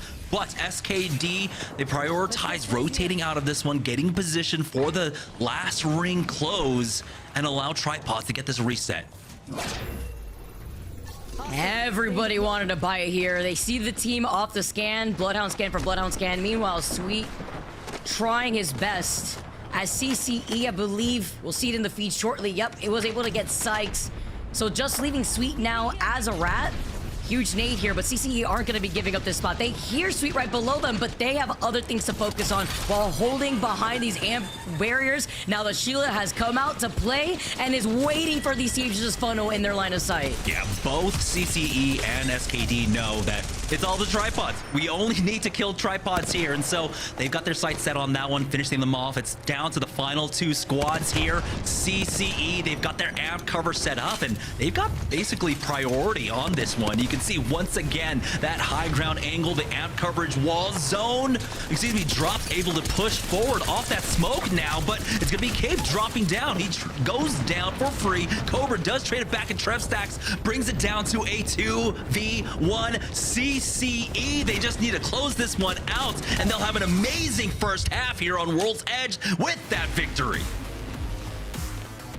The Rampart wins again. CCE bringing something new to the table where they have found that success. It's so hard to base where CCE is in a lobby as stacked as this because of the legend composition that they're running. I mean, are they a gimmicky team? Absolutely, but that is why holding that spot that they were holding for so long is so important. Notice how quick LG tried to rotate outside that truck that we just saw tripods get mowed down in. They try to rotate underneath to maybe see if they could beat other squads to that lip, and they couldn't. And now CCE were able to thrive. That was all CCE to win there. Yeah, I mean, it was all about kind of knowing the history of that position. If you've played competitive Apex Legends for as long as a team as LG have, they know when you have to move out of that caravan, when you have to give it up, because you know that 3-4 teams are going to collapse on it. They did it early on. They were able to evict Complexity out of their spot inside the high ground offices there on the north side of launch site, and then played down. But it was CCE again coming in with that Rampart. It's so strong when you have a power position like that, when you have so much action taking place somewhere else. You get all the free time, all the free space in the world to set up. So great play coming out from both LG and CCE. Ultimately, at the end of the day, really want to shout out CCE because that's 2 great finishes here in the first half for them. Yeah, and it's also the fact that they let an Epi and were able to rotate just as quick over to that southern side of the map, south of Lava Siphon. I'm also really excited to see how their change up in their composition actually influence their Storm Point results as we take a look at the match 3 results. 8 KP in the dub going in favor for CCE, while SKD right behind them with 9 KP. We saw all the chaos from the teams that were forced to funnel outside of Lava Siphon and the teams that try to capitalize on the outskirts of the geyser area. Yeah, they put themselves more towards the south side of Lava Siphon, so there were a few teams that were kind of boxed in on the inner corners of Lava, and so they definitely did take advantage of that. Having the space to move to the east side, you saw teams like NRG getting really piled up on the western side of Lava Siphon there, so it was just excellent positioning coming out from SKD. That's just experience coming out from them. There were moments where they could have been maybe a little bit more aggressive onto squads like Tripods, where they would have been able to deal with them earlier on and then set up for that fight up against CCE, but you can't fault them for playing it safe against Tripods because it's Tripods in the end of the day. If you make one wrong move, that's a player going down early on, that's CCE getting the free win instead of having an opportunity to at least fight back.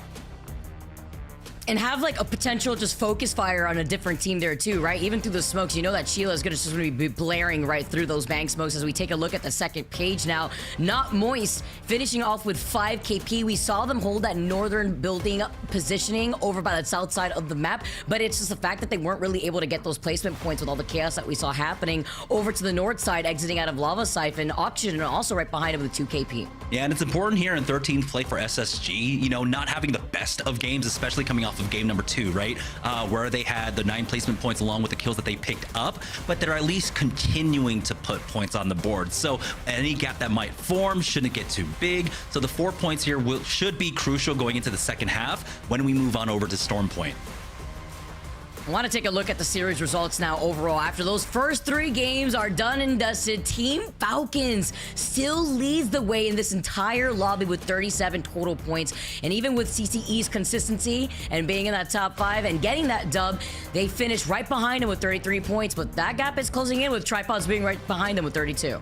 Yeah, and I like the convention here that we see coming out from Falcons and CCE. Both teams really having to heavily prioritize center zone, especially with our first 2 games going over towards Skyhook, right? So you see that split where it's almost a 50-50 split between placement points and kill points. That's typically what happens when you are forced to play center zone, or if you are a squad that is more characterized as a center zone squad, right? This time around, the zone pulling down to the south was probably one of the more difficult or longer rotates for Falcons to deal with. Getting involved in that really big pileup over at Lava Siphon was just really unfortunate. So they weren't able to build upon the huge head start they had off the first 2 games there, but it was still a good finish. Great finish, great start, great middle, great job, guys. Vicky, Jamerson, awesome on the cast and always setting us up with good storylines to talk about. For me, CCE is a team I need to learn and continue to focus on because I told you about Trev Stacks in this Rampart. I saw it in the Nessie Cup. I've been seeing it now every time on screen. It's solid. It's a good top 5er. And at certain points, you put yourself in enough top 5s, you're going to get a win. And that's a great, great showcase of a new squad coming in to our ALGS Pro League in day 1 and making a splash. That was on their 33rd pick also, by the way. So not a priority draft spot. We'll find out if that really means as much as we might think, or if it really isn't that big of a deal because we're bringing in our resident pro for our halftime here in North America to give us all the answers on what it's been like adapting to the draft, heading into Split 2, and how their personal journey is going, and alongside how these first 3 games have gone. Let's bring in RK in to join us here on the halftime. Cole, it's great to have you, man, and hope you're doing well. Yeah, man, it's been a while. You know me, new dad. I've probably lost 1,000 hours of sleep and just surviving. Surviving, thriving, sometimes they happen at the same time. Sometimes they do not. And I can understand the new dad stuff. It's tough. I've seen a lot of my good friends go through it. So.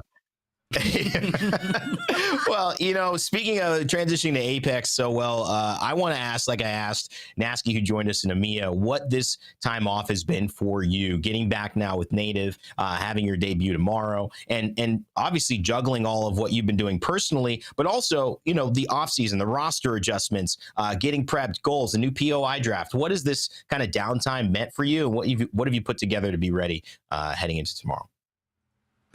Yeah, I mean, it's definitely been interesting. I came out of the last season not really sure if I was going to keep playing in general. Obviously, everyone saw that on Twitter. I never actually officially put out like the word retire or the word quit because, I just have a love for the game. I knew that I would keep playing it in some capacity. I didn't imagine I would keep competing because, I'm a new dad, working full time and just putting the hours into Apex. It's a really big commitment. But if there was one person I would ever come back for, it's my boy Bo. We have a good history, and he gave me an opportunity to come back and play with him. We've been putting in the hours. We picked up a new player, McLovin. I think he's the truth. I think he's tier 2 Apex's best kept secret. He's never been on like a super good team, and he's phenomenal. He makes good decisions. He has a lot of good input. So we've just been putting in a little bit of work. Being his own team in scrims sucks. But as you can see today in the games that we've seen so far, being his own team when the games come to fruition, it's really good and really consistent. So. Yeah, and ultimately, I mean, you were talking about how much is on your plate here. Do you feel like there's a bit more pressure now with in terms of preparation leading into these games now with the draft, learning new POIs, learning new rotation paths? What kind of how has that preparation kind of impacted you ultimately here? Are there more hours that you have to put in overall? Honestly, I'm actually quite comfortable. The one thing that the POI draft has done for us is I've always been, I think a lot of people know this, I haven't ever taken pride of my mechanical skills or individual skills. I've always based my gameplay entirely in fundamentals and macro. And the POI draft really rewards teams for being good consistently with their macro.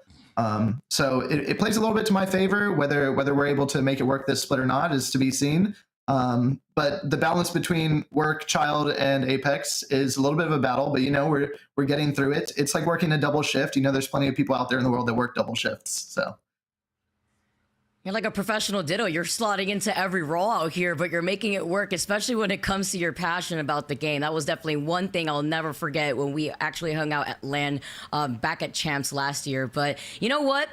Talking about macro and talking about a lot of these adjustments that these teams have had to do with these POI drafts, I want you to help me walk through the circle for these final circles in these last 3 games, because there's a lot to unpack here, especially with that first game and even the third game with CCE winning coming out of Epi. But focusing on game number 1, when we've had won this with 6KP over by the North Track zone, they wasted no time to rotate here.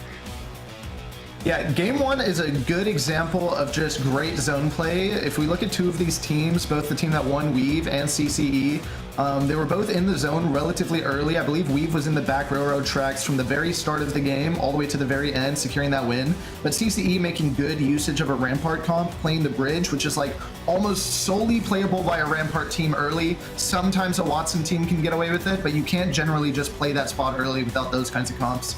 Well played.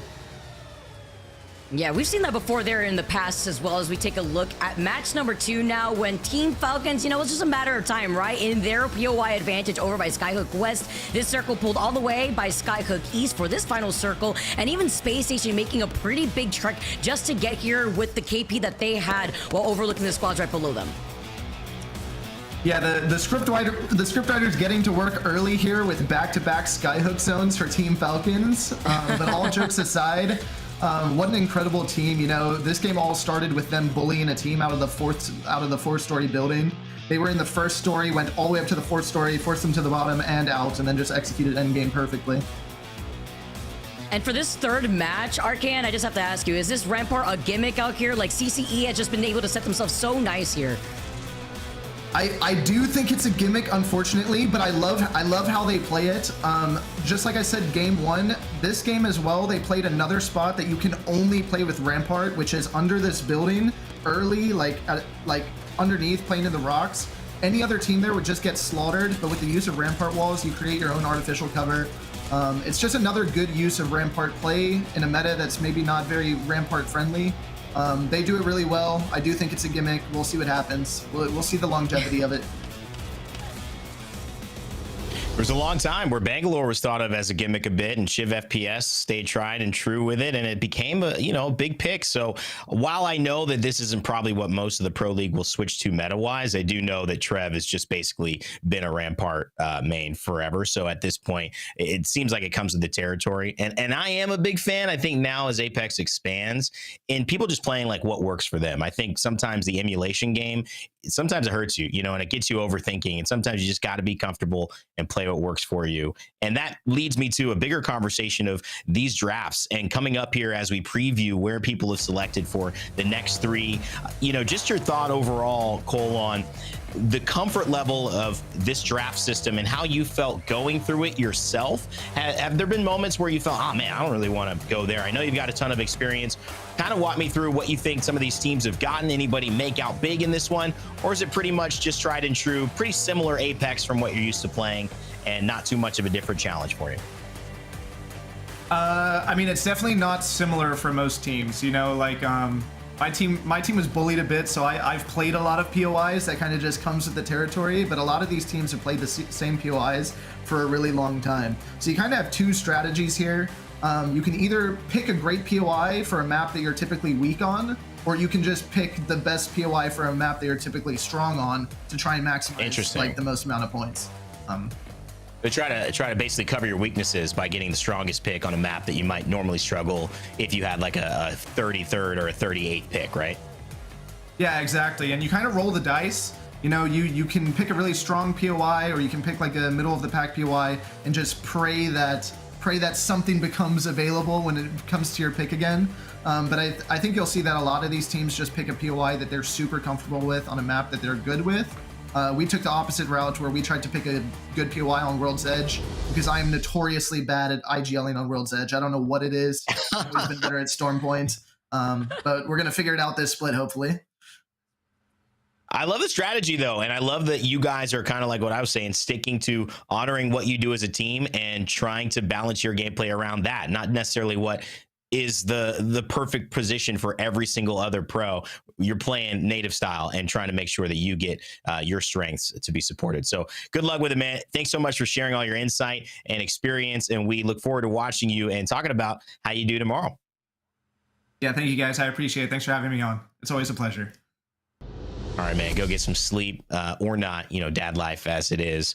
One of those crazy things that we get to see is these great conversations of how life and ALGS intersects with each other, because it is such a true thing. These pros are juggling a lot of different things. So when you see them on screen, just know there's a person behind it, and they're probably taking on more than you would imagine. And if you want to see that, maybe get a little bit closer to them and their POVs, not just the overview that Play Apex brings to you, check out multiview with FACEIT. FACEIT.com/watch will give you a chance to see all of those POVs, whether tomorrow it's native or whether in the EMEA the next week it's going to be, or EMEA tomorrow it's going to be 07. Make sure you can follow all of the pros, see how they IGL, and see if Arcane actually can IGL well on World's Edge, or if it's like you said. Jamerson, take a break. Vicky, Kitty, and I got this one. Great casting, buddy. We'll bring you back for the last 2 games of the set. Thanks so much for everything. Vicky. All right. We are back at it. Big halftime. The pros have gotten a break. They've got some water. We're ready to go. I'm excited. I mean, especially after hearing RKN share his thoughts, I do want to note something that you said that really stuck with me. You know, there's a person on the other side of the screen, and there's so much that a lot of these pros are juggling all at the same time. And with some of these changes, with the POI draft and everything, that's even more that these teams could take advantage of, actually, and really work into their strengths here as we now move over onto Storm Point. And this is the map that I'm excited to see, because when we have teams like CCE coming out of the woodwork on World's Edge, well, guess what?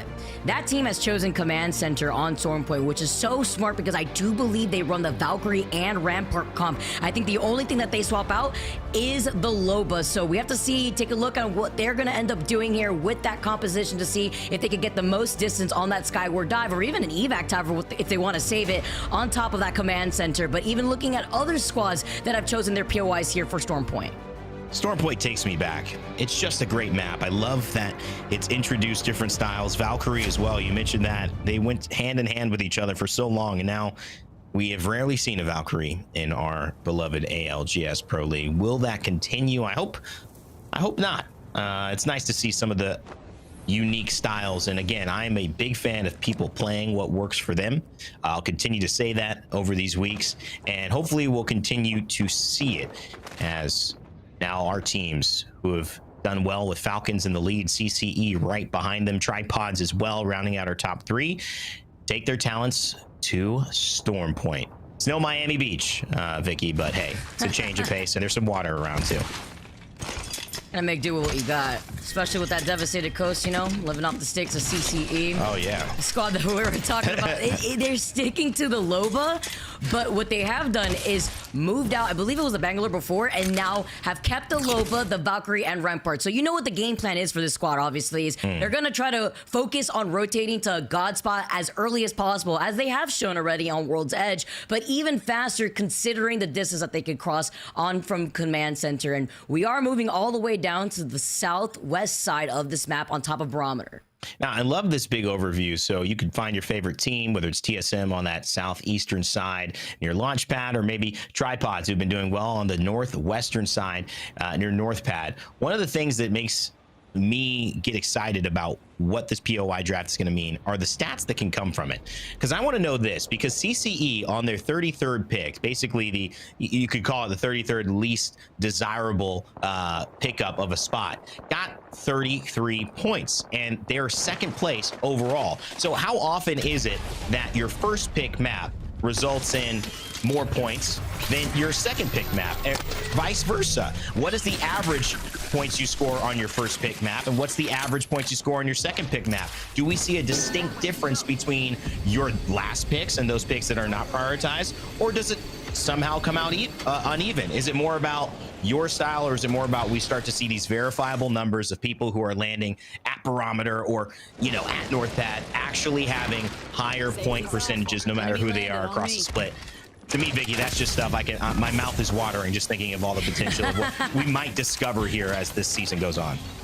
That's what I was talking about at the beginning of the EMEA show. Just so much information that you can now work into depending on the different POIs that some of these teams have taken advantage of, or if it's what RKN said earlier, you know, trying that priority over the map that you feel like your team does lackluster on, while feeling very confident on the other map that you usually have that success.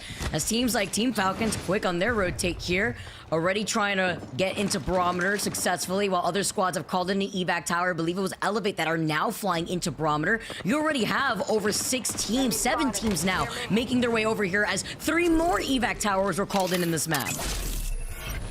Well, you gotta see 3 hostiles detected from Yup. And that just means the fight could be on the way.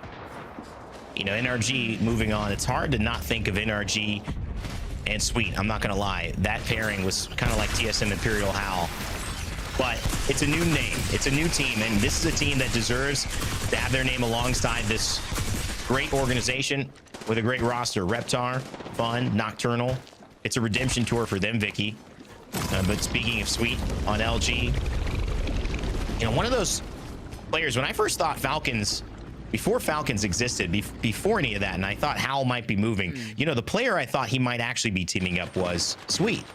You know, because they had kind of teased that a little bit. It's something that, you know, maybe ALGS fans will get later on, you know, when they're both close to retiring in their like final, you know, award tour year. But I don't know, I kind of thought that would be interesting. Either way, went with another great mind in Zero. Yeah, I was gonna say, I mean, at least Howl taking more of a backseat when it comes to that IGL, but it's also something that's gonna take a little bit to shift away from. You can only imagine after doing for so long. As CCE in a terrible spot, though, stuck in the middle between 2 other squads. There's only so much these amp barriers could do. I mean, they do have a little bit of makeshift cover with the rock over to their side, but looking at the squad right above them, who would want to commit to this? Is Zero actually saying it's not even worth it because they're getting shot at now from a distance from the other squads that are on the other side of Barometer. Nobody wants to continue that fight down below because they'd just be taking the spot from Trev Stacks and CCE, which doesn't seem to be too good, but they're setting up. Falcons on the high ground of Barometer and many teams around them. Nearly 80% of the lobbies already made their way down to the southern side of Storm Point. 20 squads left. And console about to be hit yet again for Falcons just to get even clearer on where that will end up. Just safe on the high ground for now. As they should, especially looking at where the circle may be pulling next. What's also nice to note, there is a survey beacon on the high ground. We could expect that team to have probably already scanned it for some extra Evo points. Oh, yeah. True. Yeah, even with that Evo, rather the respawn beacon that they pinged from a distance, just making sure that they got the pings right, seeing where they want to go next, with Weave being one of the squads out of, what, now 9 teams that have made their way into Barometer.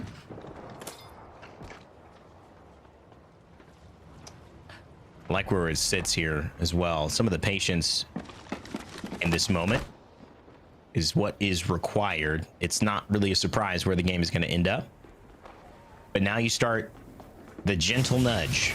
You got a little space I like over there. You know, let me see if I can do enough damage to force you away from it. Maybe I'll take over that spot. It's human nature. It's envy. I want a little bit of what I don't have. But in this situation too, I mean, realistically, this is sometimes where the zone ends. We haven't seen where that full scan was. So we don't have the POV from Hal and them who might know if it's going to shift more left. But this is not a bad spot to hold, Vicky. And you got a lot of KP opportunities as well from people coming in from the northwest side as they try to make their way, or from the northeast side as they try to make their way into Barometer. Good point, actually, with a lot of other squads like Most Hated, TSM, Spacestation, now, as you can see with this nice little overhead here. But that circle shift is crazy. Yeah, wow. Called it from the beginning here, Rain Day, but it's the fact that all these teams, when they're forced out of Barometer, there is little to no cover to really work with aside from the bridge that you're going to be sitting ducks in because you're going to be funneled into one line of sight instead of splitting that fire. That little island over to the side, and Not Moist is going to be in prime position to also harass those other squads that have to rotate from there. Wow, that is crazy. I mean, really a huge shift. What are they going to do? I mean, I would have expected Falcons to have moved at that point. The information most likely was what they had, but at this point, we're going to follow along with SSG. Phony taking a hold of Zainu and Koi under his leadership. Could be one of the most successful teams we will see this split in Apex. Certainly has the potential. They're young, they're talented. They've got LAN experience, both of them now. Koiful, a great representative as a sub in our last LAN. And it really did well and really, I think, set up the stage to be picked up by SSG. So a lot of good things can unfold from them. And I'm always a fan of Phony, not just the style, not just the smooth hat and the demeanor, but you know, his acting skills too. He's been in a couple of those SSG promos. You know, the man's multi-talented, not just a great IGL. And coming in with the smooth criminal line. Okay. Yes, with the fedora, it makes a lot of sense. Yeah, with the fedora in the long hair, I mean, it's possible. Definitely could see that. Taking a look at some of these other squads now. Because they're getting shot at from the distance. Anything to try to boost up those Evo shields, especially when you're holding where you think is final circle up on the high ground for so long, which is also going to come into play when all these teams see where that next circle is going to shift away. A lot of the squads that have denied themselves the damage and Evo Harvester opportunities to boost those Evo shields as very detrimental on that next rotate. And where will it pull again? That's another question as well. LG on the top side of it. Laser, Dynasty, Wope, they throw down their Catalyst wall. See how impactful that is on a map like Storm Point. I mean, if you want to look at the value of Catalyst, it's right there. Caustic getting shot the entire way probably dies. And Catalyst allows you to at least make this transition. Dynasty goes down, but with the smokes, can they maybe stabilize here? That's going to be the hope. A punch into the corridor to block line of sight, and I think they'll be able to get this res off. Still 20 teams alive. Round 2 about to close, Vicky. Not a team gone down. So many of these squads too, not only from the north side of Barometer, but also from the east side as well. Falcons most hated, like we saw already, in a lot of trouble. And they got shield cells for days here. I'm wondering about the med situation. Look at them trying to pick up any scraps off of the floor, but at least he's got a turbocharger to work with. And Hal also getting beamed, having to back away after popping the Beast of the Hunt, wasting some extra time on that ult to see if they can get other information from the squads that are right next to them. On the lifeline from Jen Burton as well. I don't know if this was mentioned before, but I certainly wasn't tracking this in the same way. I like the pick. I think lifeline is kind of cemented herself now as a high-level possibility, and especially on Storm Point, I think sometimes, you know, we could see that be more of a comfort pick for some, but we'll see if it ends up working for them. Right now, though, the lineup I love is what LG's running. Catalyst, Bangalore, Bloodhound, and let's see, Funks, and Sykes, and of course, Sweet. Yeah, they're holding all of it. I'm 211. I'm 211. Let's check out Wait, Joe, just look at our back. We need to worry about our storm map. I like this wrap here from the building. I think we need to try to, like, force. I might just have to play this heavy. We're on a really good spot here. Like, we're chilling. That's fine. So really strong. As long as we don't get a wrap from this side, okay, Coy? That's our bad wrap. There's going to be a bunch of fights out here. Please, yeah, I can. I don't think anyone's going to come from behind. You should probably get a mini. I need to hold this wrap right now. I literally can't, like... Okay. I think can't hold that play over here, Phony. Yeah, I can't hold the whole That's fine. It's a team, team. What's the plan? This guy's running up the hill. I think they're gonna evac. Good. I'm gonna go design you. How many cells do we have? I'm backing up. I have 6. Takes a lot. Takes a lot. I'm used to a few here. Take 3. They're running uphill. They're gonna be 5, 2. What is it? 2-5. What is our potential to like get over here? Is it really like non-existent? Can we just to hold our walk-up from we can maybe like building had to move armory side and then this I have 2 bats, 13 cells. We can't do anything though. I'm 2-5. One dead right here. It's like I'm 2-5 though. What do you think if someone lands behind us? Do we just show? Kind of have to, right? Yeah, we kind of have to. Not a lot of heavy. They're fighting over there. You're watching our back. Yeah. Who's watching back? Who's watching back? I'm hitting armor there. Well, a lot of conversation as well. I love how the question was literally non-existent in terms of an opportunity. Sometimes you're just not faced with a lot of options. You got to do the best of what you're given.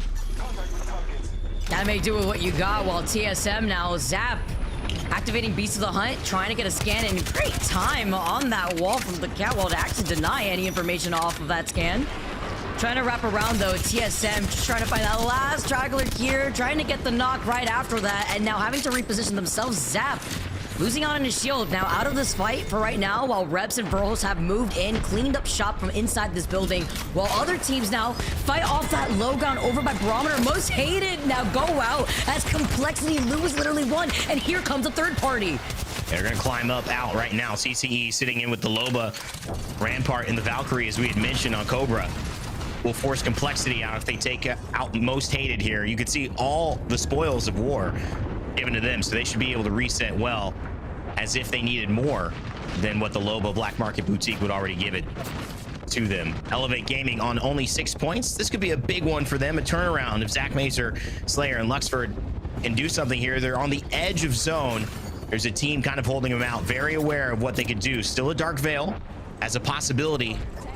Luxford may just have to make a play. They may have to also give this up as well, or just stay patient. Doesn't seem like they're going to have any pressure from the backside. So this is a possibility to just sit tight until they're forced to make a move.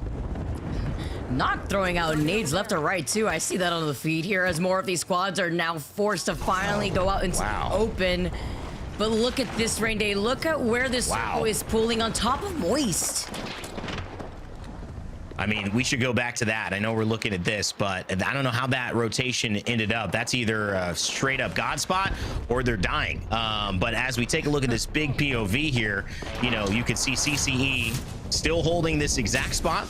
They're safe. Not too much going on here for now, but they have 55 seconds. They'll eventually have to make a move. There's a team holding them out. Cobra, Cap, Trev trying to figure it out how they will make a kind of a swing away. They've got the Valk ult, but I mean, it's a little too risky right here. I don't know if there's a good spot, and they might just lose Trev. Oh no, Trev now having to back away. He was also isolated, but was able to get a shield swap from one of the Deathboxers at their feet. By the way, in all of this, not only is Falcons out, as Energy have now moved in. We saw them in the feed, lighting it up in this entire lobby, but we also saw Not Moist go down too, as Elevate had moved in earlier on before they were eventually taken out by the chaos of Falcons coming in for the third party. I think when we switched, that was Elevate who went in, they fought, and those three teams ended up dying as a result of that. Huge collapse and a huge fight for Godspot. And ultimately, it ends up being Tripods, who have had a phenomenal day, playing off the momentum from qualifying for the EWC. They've looked really, really good. 35 points already, and now looking like they're heading into a top 10 in Game 4 with a lot of options.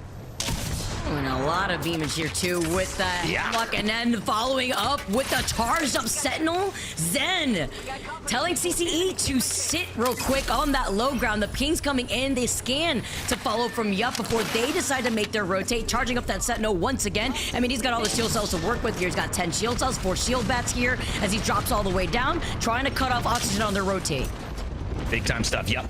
Misses with the Sentinel one more time, but I love it. They've still got 5 shield cells. Save 4 for the body armor. Save 1 for the body shots right there. And I love it. Zen gonna go ahead and get back up to full. Yup, in a decent spot. They're on the opposite side of most of the play. LG, Sykes, Funk still alive, and they're gonna push this bridge. It's a big moment. Sweets maybe gotta make a play here. 3 kills, top 8.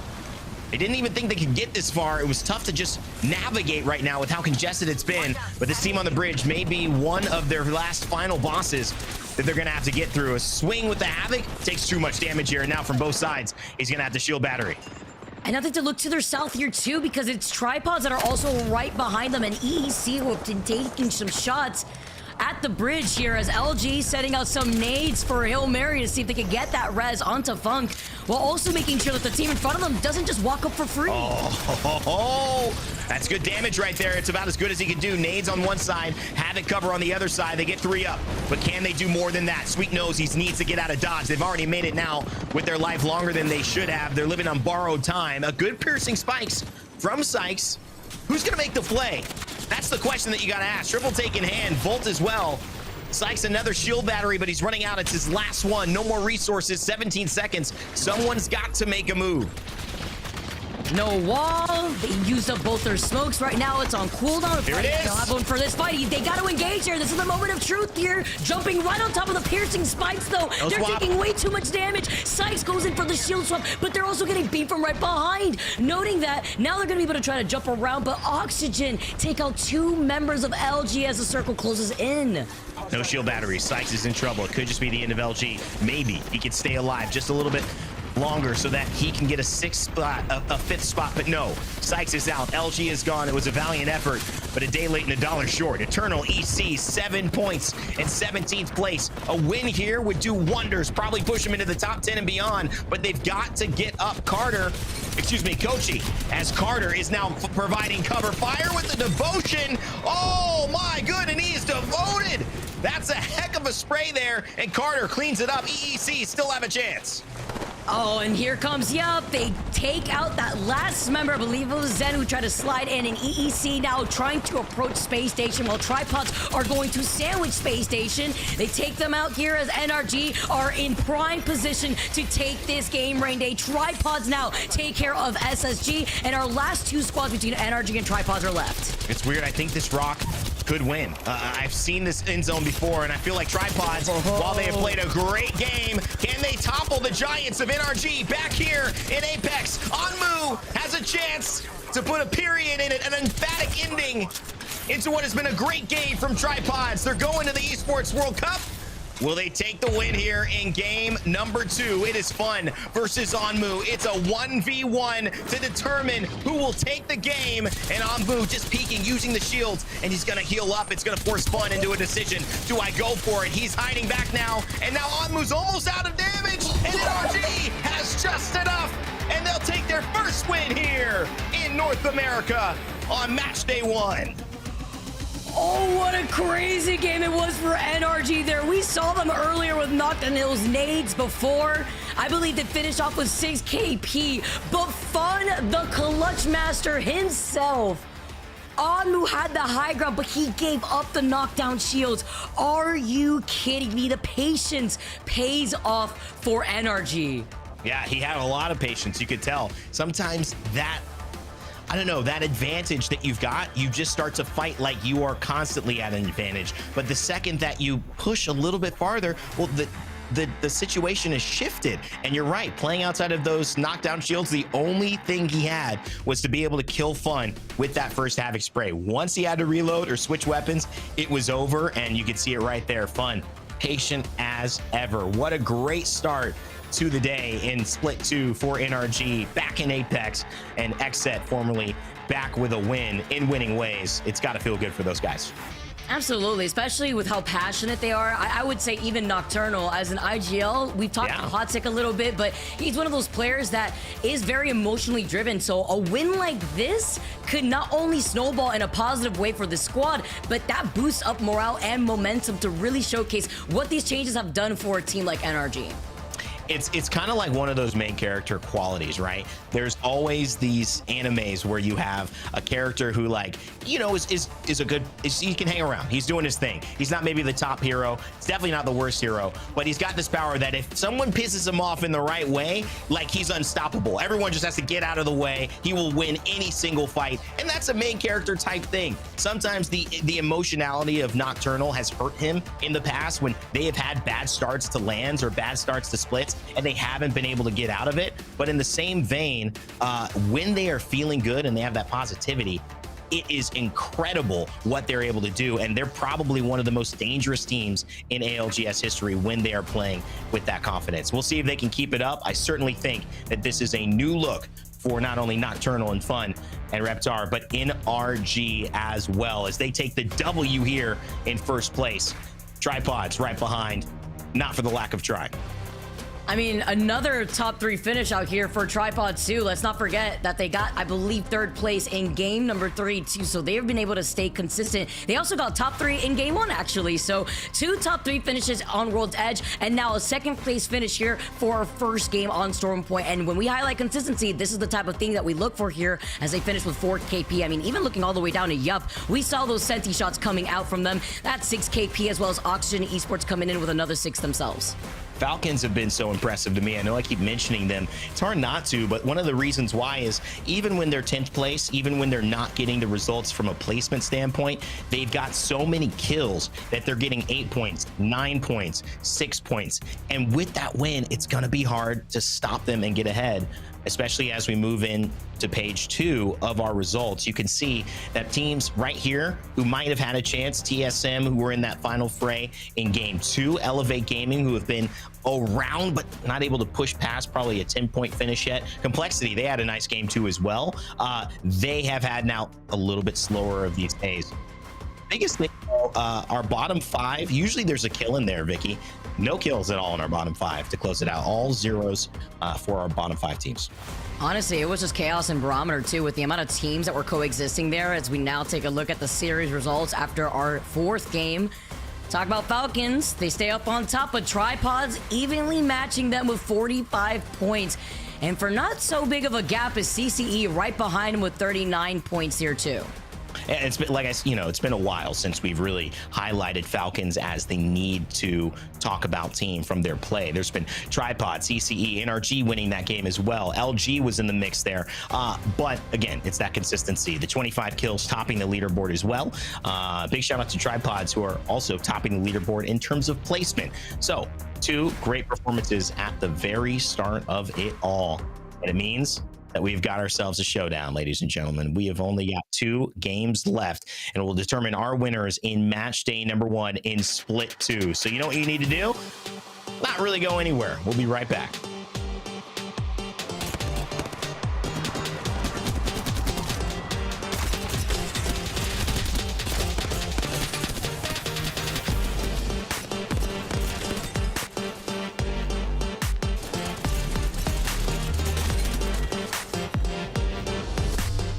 Battle Beaver is the official controller partner of the Apex Legends Global Series.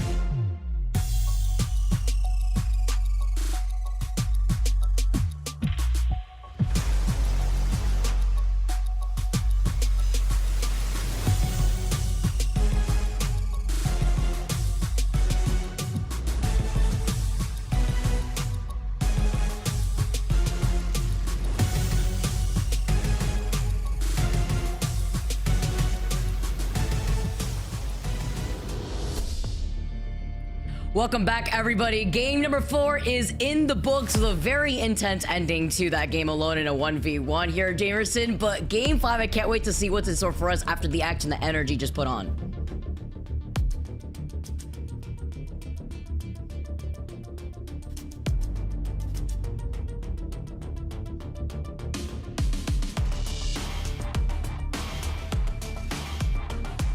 Hey, no worries, no worries. Okay, well, Jamerson gets all that figured out. Can we hear Jamerson? Okay, we miss you, Jamerson.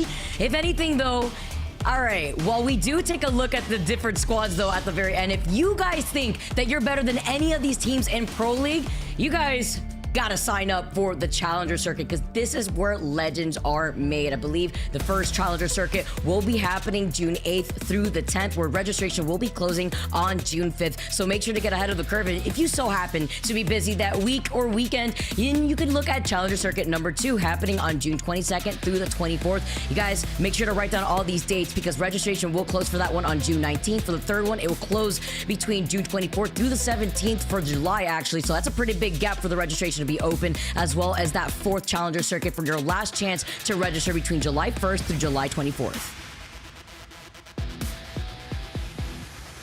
Oh, sweet. All right, well, we get everything figured out there, and you guys get to take a look at the Challenger Circuit link. Again, if you think you're better than any of these pros and you really want to show up for Pro League, make sure you guys sign up for the Challenger Circuit, because once again, there are a lot of these squads, that's where they were able to make it really through. As we take a look at the 1v1 that we saw in that last game, because we mentioned it jumping into the very start of this block here before jumping into game 5, and we have to replay it again because patience really wore off here, as NRG Fun had the low ground. The high ground advantage went in favor for Omnu here, and he didn't heal right away either too. You see Fun had a little bit of the overhealth on top of that with the actual knockdown shields. Like, you actually see my reaction. All right, production, I get it. I actually freaked out, honestly, because I thought to myself, well, you have high ground advantage here. As long as you play it slow and safe, you're not fully up to health compared to what we saw from Fun. But he did not play around those knockdown shields, and that's instead what we saw from the other side as NRG came out on top. That was a really big win for them too, because not only is NRG formerly XSET now with a change up on their squad and their team name, but we talked about it a little bit, Rainday and I, on how this squad, specifically Nocturnal with this IGL calls, could sometimes be influenced emotionally, and when you take a dub like that, this squad could absolutely roll lobby. So we have to see how they end up working together with that while we also wait for our 5th game, guys. It's been a good time as we also wait out on Jamerson to come right back. But trying to see here with our 5th match coming in, we got Stormpoint obviously to round off match number 5 before we close out the day, match 6 with Stormpoint. That's how it's always been here in the ALGS, our first 3 games being on World's Edge before diving into Stormpoint. But we get to see how this has influenced so many other squads and the POI draft that these teams have had to work with and what that means for the different legend compositions. Cough. CCE with the Valkyrie still repping the Rampart on top of it to get into a better spot. But a lot of the squads in the last game unfortunately did not predict that circle right. There was only, what, 2 to 3 teams that were able to call out that final circle on the outskirts of Cenote. NRG being one of those squads, Not Moist being another team that was playing Alf on the southern building on the outskirts of Cenote. We have to see how this game in the circle that will be taking us, how that's going to be influenced on some of the rotates here as match number 5, guys.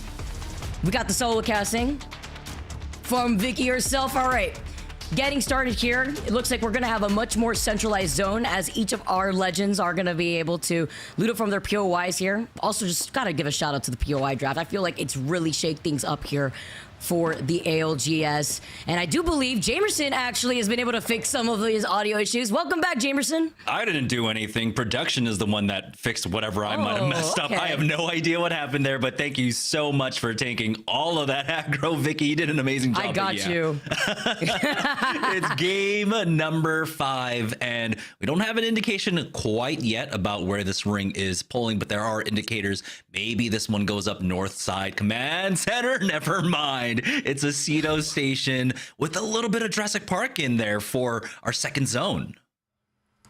Oh man, I was thinking, I mean, we saw the circle. We knew that it would probably pull more towards that central side, and this is going to benefit the likes of NRG all over again. We saw how quick they were on their rotate when they decided to go towards the south side of the map. They also have a ring console for them to work with over by Cascade Falls, so not too surprised if they're already going to get ahead of the curve as we see many more of these other teams now try to get through to Cedo. Ape Gang do land here while Weave already on their quick rotate outside of Jurassic have a ring console themselves, so they already know where this next circle is going to be pulling. Yeah, teams though taking their time right now. This is the typical timing for most teams to start moving out here, but on the edges, those teams are going to slow things down quite a bit. Probably move out on zone close proper here. But for Weave, they definitely want to try and play center zone at this spot. They've been doing an amazing job of it. I kind of want to see the fuse back for Shinny, but we saw after what was it, game number 1, things didn't quite go their way with that fuse. So definitely understand the pickup of the Bangalore for them ultimately here, as we do see that evac tower being utilized now, pushing up through the river centers. Ape King is trying to get aggressive here, smokes down, even utilizing some of those nades to create a little bit more space for themselves. And it looks like they will be able to get to the top of this hill and possibly disengage off of this fight. Oh man, but they are getting beams. Look at them matrixing right through the bullets, except the same can't be said about Arc and Bursty. Now the last one alive, calling it quits and immediately jumping out of all that craziness as NRG are out for blood. Remember what we talked about before, this is a team that definitely rolls with the momentum and they are out for blood. And speaking of momentum, you have to remember, we talked loads about tripods, of course, securing their spot.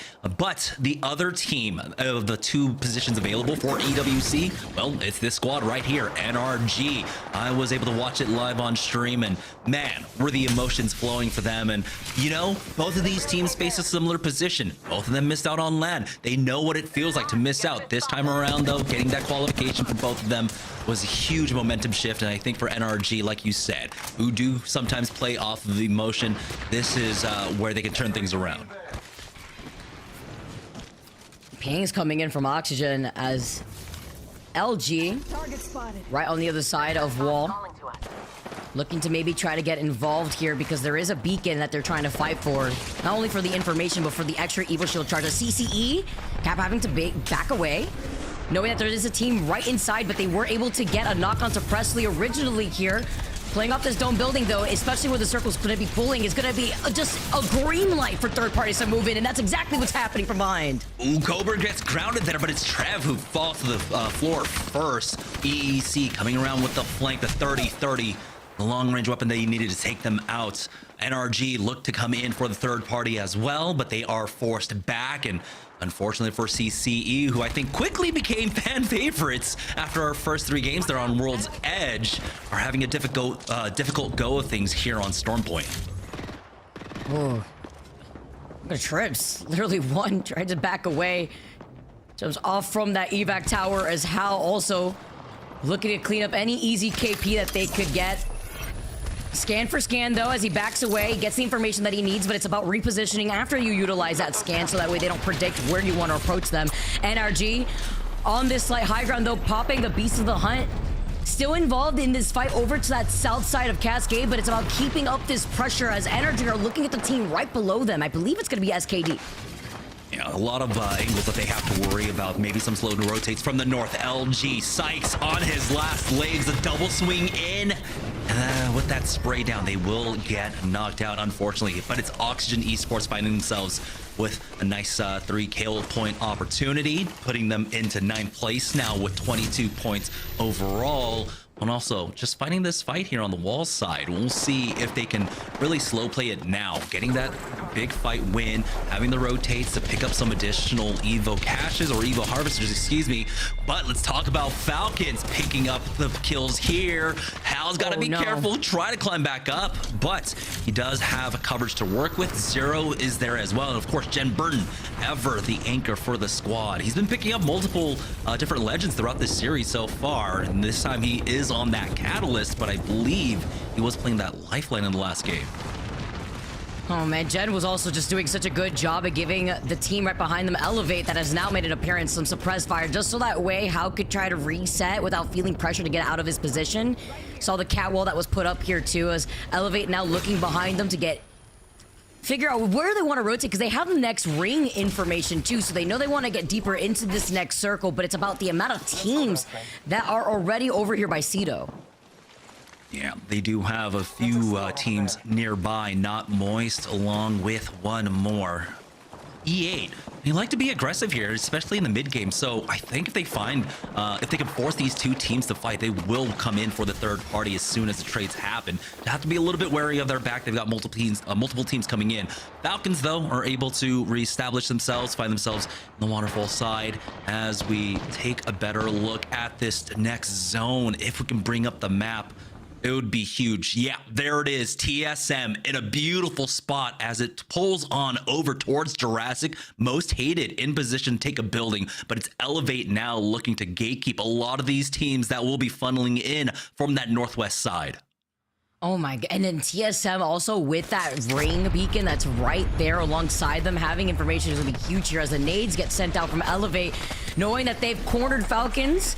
It's waiting to see as the Beast of the Hunt has been activated, but there's still another team on the other side of Falcons. So if they try to overextend, not only could they get third party by a team like TSM or Most Hated, who maybe want to look a little bit to get extra aggressive for some KP, but they also have to worry about Not Moist, who are right on the other side of Falcons. And that was a great call to just go ahead and back away. We don't need an angle on this anymore. There are just too many teams, too many variables that we have to worry about. We can play a much safer one on top of this hill because we also have to worry about their back. Being closer to that fence line will work to their benefit. You even see that they were able to bring over the Trident here to provide a little bit of extra coverage, even though they've got all those rocks. Having that Trident there will prove valuable. Right now, though, TSM have been lurking behind E8 this entire time. They might try to find an opening here. We'll see. Zap, though, gives up the game, the scan down onto E8, and they are aware that their back is vulnerable. That's why they're backing away by the fence line here. Still with some shots from TSM. They don't want to give up too much space because other teams could start rotating from behind them where they originally came from by that ring console that you see. Spacestation, I know, maybe looking to see if they could inch away from here or if they want to rotate instead through the command center side of the north side of Jurassic Park. while waiting in the side of this corner, and EA try to gatekeep the other teams coming out of Cito. These squads know that they do not have to funnel outside of Cito, which is going to be the bloodbath that we can expect. As the evac tower has been called in from Space Station, I like this choice. They backtracked so that way they saw these buildings were open, so they said, why not? We're going to be able to set up here, but they don't have a control legend is the only thing, unless you want to consider the Fuse to create all that space for you. Not really expecting some of these squads to try to force their way in here. Yeah, I wonder if they were able to hit a survey beacon and realize which buildings are free. Because, again, there are so many teams right now on the northwest side, teams that just don't have that information. Tripods will try and get it for themselves here to see what is the best spot. But it's still up in the air unless you get the actual map scan. I don't think you can really glean too much off of the survey beacon. He's seeing where everybody else is in the meantime, especially with that Bloodhound that you're working with. While Tripods have a little bit of both, right? They got the Circle Beacon and the Survey Beacon with the Caustic and the Bloodhound. They called in the evac. You already see the paints coming into exactly where they want to land, closing in that gap from the high ground. Nobody else coming in from behind them as the circle closes in. But if they do wrap around here, the only team that they really have to worry about on the edge of the circle is going to be most hated. But this is a smart rotate from Tripods because there's no other squad coming in from the east side here. Yeah, it does look like they were able to get both scans. I didn't see if they were able to get the recon scan itself, but they were. So very similar situation to SSG. They note that, hey, this is where the ring is pulling, but now we also have the information about what buildings are free. Of course, there is a timer on that one with the man scan. You've only got 30 seconds really to utilize that information and make the best play off of it, and they definitely are putting themselves on the slow side of the zone here on the eastern edge, while they do have to worry a little bit about teams coming in from behind them. That's a future problem, right? Maybe 2 minutes, 3 minutes down the line, but for the next 2-3 minutes they are absolutely safe. So I love this play coming out from them. They are already on the top of the leaderboard here. They just want to make sure they have a consistent game number 5 going into game number 6 to really put the kibosh on the day. Especially when these game 5s is where a lot of these squads say where they're standing in the overall standings here and what they have to do, whether it be a kill heavy game for them or if they want to just strictly play for positioning, and depending on the legend compositions that they want to bring out here. As you can see, this nice little overhead, exactly where TSM, Elevate, and where Space Station had called out here too. And that's what Space Station, who had taken the evac tower to get into this exact building. Elevate maybe looking to see if they could try to shimmy shade their way back in there, but TSM could just take open range on a lot of these squads while knowing that their back is covered with the rock right there. That creates an opening for Falcons to move up and posture a little bit more, getting a bit aggressive on that fence line. Or not Moist all the way down here to the south. They are currently getting gate kept by Most Hated. They've got multiple tridents to work with, but the issue is they are starting to run out of meds. That's the last syringe for Waltzy, and that was also the last med kit. I'm gonna have the sticks out here, especially with how this next circle is going to look in the next 20 seconds. We've actually playing on the edge to try to funnel a lot of these kills in their direction. See some shots being taken. I mean, they need it when they're rocking still all full blue evos, while Moist from the skies finally find themselves a nice little spot where they're able to scan Most Hated right behind them. And they still need to worry about, of course, their back, but now they don't have the same kind of pressure on the zone. The big problem is, of course, going to be their economy overall. We'll see if there's extra white meth tossed around. Most Hated are keeping an eye on them. They know they could be vulnerable. They might have been able to bleed them dry in terms of economy, and they have to keep that in the back of their minds if they want to try and make an aggressive push. But for right now, it's a lot of posturing. For complexity, though, they're trying to rotate in with this zone right now. And with a decent scan, they have a lot of their front cleared. But I don't know if they really want to engage on this. You got the, I believe, the Rolling Thunder coming down for Monsoon. I think they're just trying to play a bit more opportunistic, pick up a few kills in this scramble, in this rotate out from a lot of the squads, but they still have to worry about the rotation forward. And with the blue evos too, I mean, they have the catwalk to work with for right now, but we've already knowing where to expect. But then other teams are flying in right above them, taking to the skies. They are able to get a knock, and then looking like chameleons, looking in the opposite direction. They have to watch their backs. There's Team Falcons now trying to put in some suppressed fire as the catwalk has now been caught up. I mean, a little short to say. I mean, I don't think that's what he wanted there. I think he wanted to get it on the high ground. They do find another kill while they're at it. Complexity get eliminated in your feeds. 16 squads left, and all these teams are gonna now collapse on each other here on this north side. Huge opportunity for Falcons now. They've got multiple teams injured right below them, but with that scan, Zero will back away. There's no real issue. He does get nuked down to the low ground here, into the crosshairs of Riley, who ends up taking him out, but Jen Burton is there to cover at the very least. They're stuck behind that supply bin, and they will be able to get that rest, but man, what a nade that caught Zero off by surprise there. They do recover him, and they have plenty of time to reset. It's imperative for Imperial Hal to maintain this anchor position up top right now. Wait, these sky nades are actually crazy. I mean, it didn't knock Jen, and Zero was able to get out, but there was just a sky nade out of nowhere, and Jen was so incredibly low. While there's still a team behind them, they get the scan. Luckily for Falcons, that squad did not try to overextend. Meanwhile, everything that we were expecting, Skidmark looking at board, EEC trying to get out as Weave, also a solo here. 14 squads left. Shubi gets a shield swap. He takes the hip fire shots, but he cannot clutch out. Skidmarks get eliminated, and now it is the Edgers who have taken control over this building, but for how long before that next circle closes in, where all these teams are about to fall to that circle in the next 10 seconds. Ambino left in a 1v3 here, almost gave them the workaround there, but he escapes for now. MJ is on the hunt. Board haven't had the greatest of days, but a small little momentum shift here could be huge for them as they chase down the final member of the Edgers. Board, though, might get baited into this one. There it is. It's EEC to finish off Hambino. We're now down to 11 squads, 32 players remaining. Falcons on an amazing run here in game number 5. 5 KP for them with an opportunity for a little bit more here on the zone closing. It's Board boxed out on the side. They do end up cleaning up a few more kills here, and a nice scan for Falcons. Oh, a huge nade also in the feed, by the way, from Space Station, as Falcons now trying to survive. Zero gets taken out. Cowl for Cowl, but a little too late. They still found Zero, and it is TSM versus Falcons. Hal is the only one alive here on the other side, while TSM with the catwalk walk away. But somehow, Falcons is still alive, and now it is only Zap from TSM. Moist find an angle as TSM trying to get aggressive there. I think it was the G7 Scout to take out one, and it was a great opportunity for TSM. It was just very unfortunate they got looked at by Moist. Yeah, you can see them pushing up, and so that gives a moment of reprieve for Falcons here as they try to reset. But 3-man of Moist on the other side of the fence now, looking to get aggressive. Walty has to be a bit careful. He's on the wrong side of that fence right now. As we go back on over to the center of the zone, it's OXG Oxygen versus SSG right underneath them.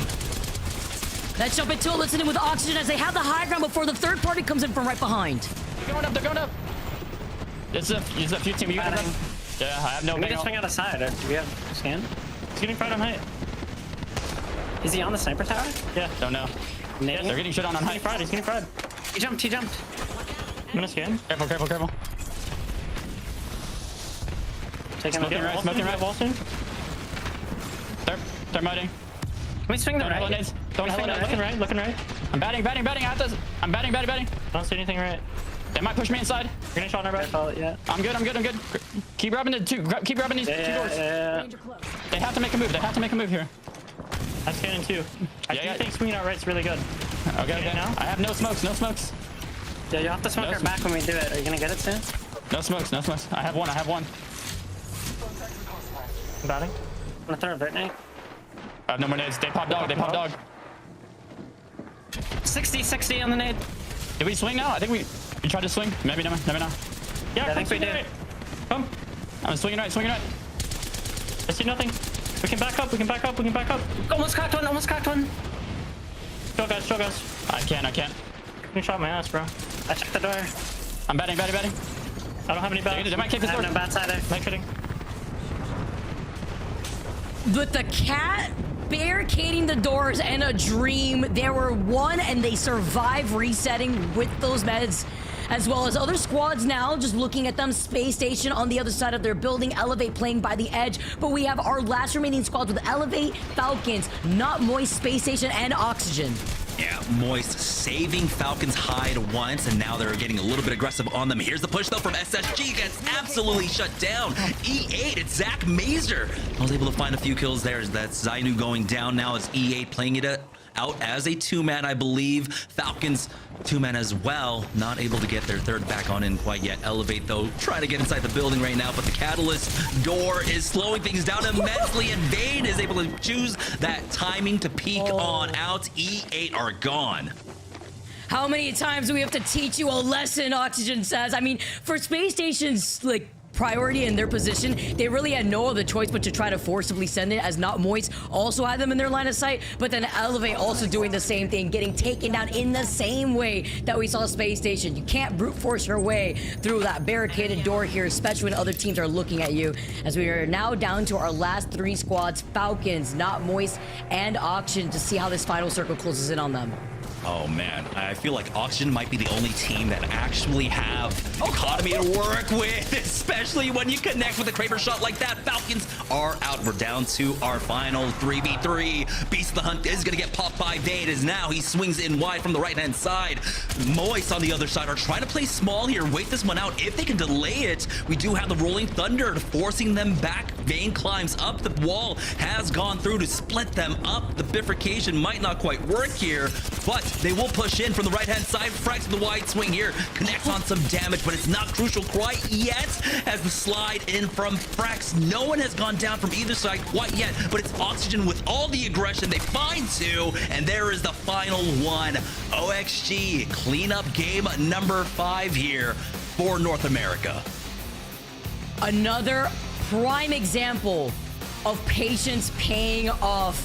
That is Oxygen that held inside that building until that final circle started closing. A team that lands, I believe, over by Trident, and now being able to get that quick rotate, being able to hold that spot. But most importantly, the Catalyst barricading the doors is what denied 2 different team pushes, so that way they could be safe and reset in there. Yeah, it seemed like a little bit of a honey trap, because all of those teams that decided to go center zone early on into Jurassic, they weren't able to replenish their econ. So having those kills come their way definitely worked out in their favor. They had the armor advantage, they had the HP advantage, they had, of course, the ammo advantage. We saw that they were down to the last mag. They were handing out, pulling out their pockets to try and help, I think, Walty get some additional mags for his Havoc at the end there. So we were looking at 2 different teams in 2 different circumstances. One who were struggling in every regard, and the other team that had, well, they even had a Kraber to finish things all out. So it was an amazing finish for OXG.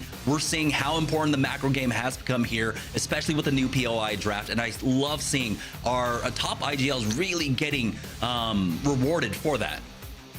And we can expect things to also be really shaky at the start of a split like this, with so many roster changes on top of the POI draft. A lot of these teams are trying to figure out what to prioritize, whether it be their rotate, their legend composition, where they feel way more comfortable here on top of that.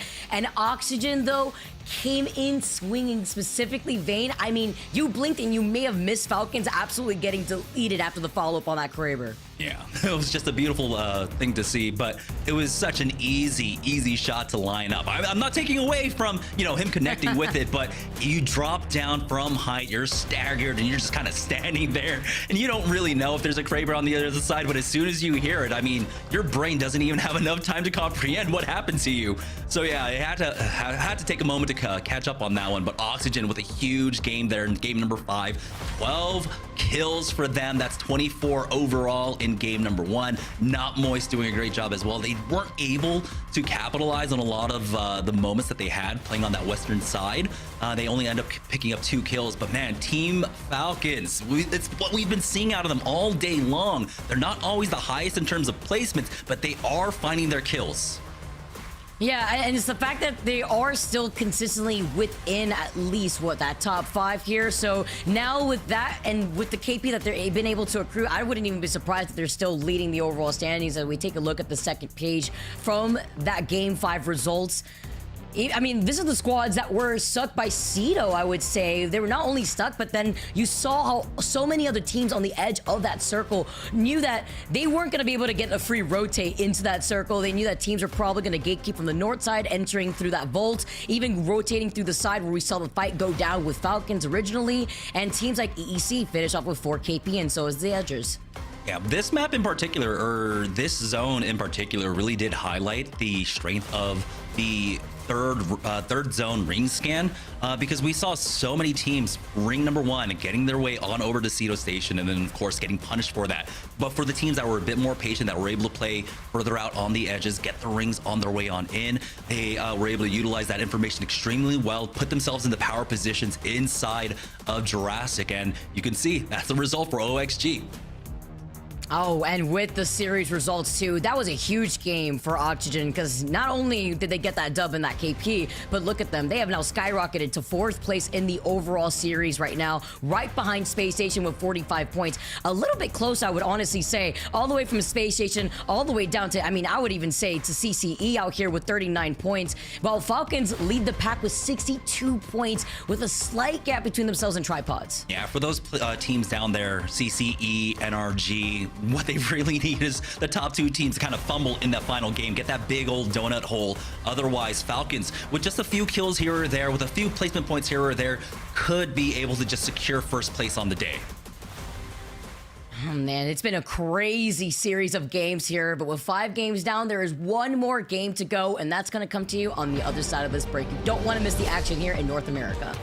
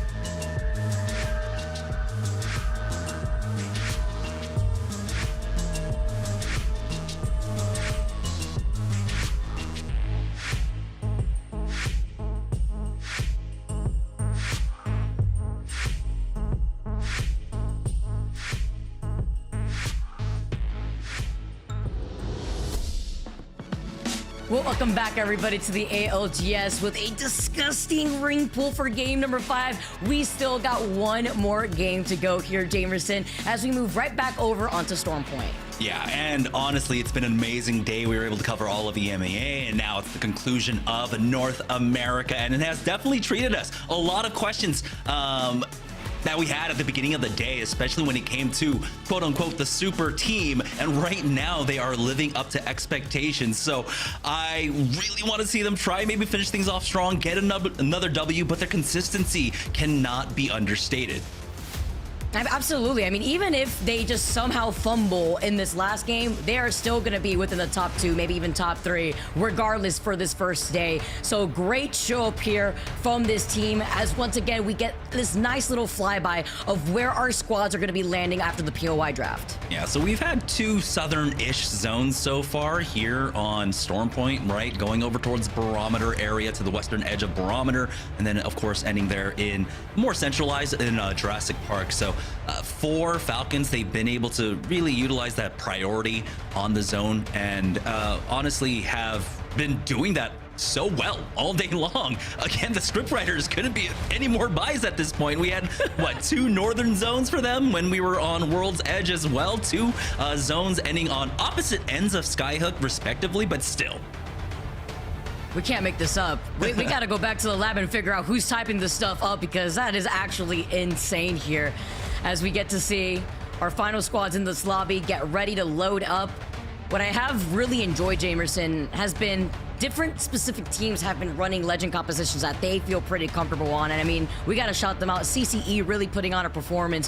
While more of these teams, though, we've been seeing the Catalyst make a comeback. I've been seeing it since scrims, but now being able to see it play out in Pro League, we could talk about how important it's been to have that Catalyst and the Bangalore side by side, because the Catalyst blocking those scans out. So many Bloodhounds in this lobby are going to be trying to go for when it comes to trying to engage in a fight. Yeah, and it's not just the utility in the middle of a fight, but it's also the utility on the rotates, right?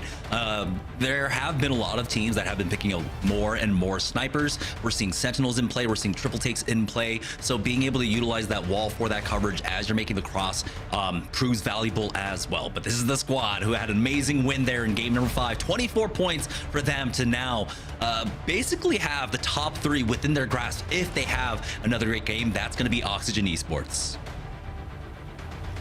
Oxygen coming through with a huge Game 5 win, double-digit KP here. Saying that this circle will be pulling over to that north side. Oxygen are going to be thriving off of this. Let's see how they're going to be able to play this, especially having the survey beacon right there to see where other teams may want to rotate to. It may not be the circle beacon here, but it's still finding out that information from the squads that are going to be able to rotate quick. Yeah, for Oxygen, they have multiple ways to play this. There's always, of course, the chance that this maybe goes into checkpoint, but you're fully expecting this one, I think, for most teams. This one to continue to pull up to that north side. The fact that they are over there on the eastern edge of North Pad means that they have the priority to basically play off of God Rock outside of the Ant Valley, right? And so they are set up for success. Now, the big question is going to be, how does their economy look, right? Not having the additional looting path on the rotate might punish them, but we'll see if they can play small enough, possibly not to draw too much attention their way. Instead of playing God Rock, it looks like they might opt to try and play inside instead, and that does make sense, especially when you consider the legend compositions. And the lackluster loot that they also are working with by the Trident here as fun. Getting shot from a distance. Gonna be able to try to heal up in time, while NRG already quick on their rotate over to that north side where Oxygen have tried to get to the survey beacon. As we saw earlier, Aiden was zooming around on that Trident, but so many other teams like EEC have already taken control over that building after taking an evac tower. Yeah, the small engagement there, that distraction coming out from EEC actually allows NRG to push through, and they're going to go for God Rock. I mean, this is exactly what I expected teams to try and focus on. NRG, because of that, will be able to get this spot for free. All right, we'll absolutely take those, especially by those rocks, just to make sure that their backs are cleared. We could expect so many other teams to try to take a similar rotate, though, and this is why these squads are trying to get ahead of the curve, as Chase literally getting Chaser. He gets the scan, but he sees they completely swing on him, and in a 1-2, he is gone. As well as Nocturnal. It's a nice little trader that they could play off of after the catwall has been called in, but maybe a little expensive, but just to make sure that other teams don't come in like this one. NRG now might be in a spot of trouble, but they back themselves into a corner. Now the squad mates here looking to show up to try and help out. Ooh, the Arcstars sneaking their way on in, doing some chip damage here. Nice little scan, but they need to go for a wide swing. It's going to be a 1-for-1 exchange, and now it's all down to Fun with 1 HP. NRG were not expecting this amount of pressure here so early on, and unfortunately, it was that knock that made it very difficult for them to try and reset. They're getting sniped out from the western side as well. NRG, they don't have a wall to really try and get this reset, but we've got multiple fights taking place right now. This might be that small shift in space for them, but no, they will get cleaned up. NRG are out. Do you know they were clenching seeing that charge rifle, while Weaver now weaving around the rock here. Sheeny, though, on the other side of the high ground, rock gets beamed in the split fire, only leading one of the rings left here.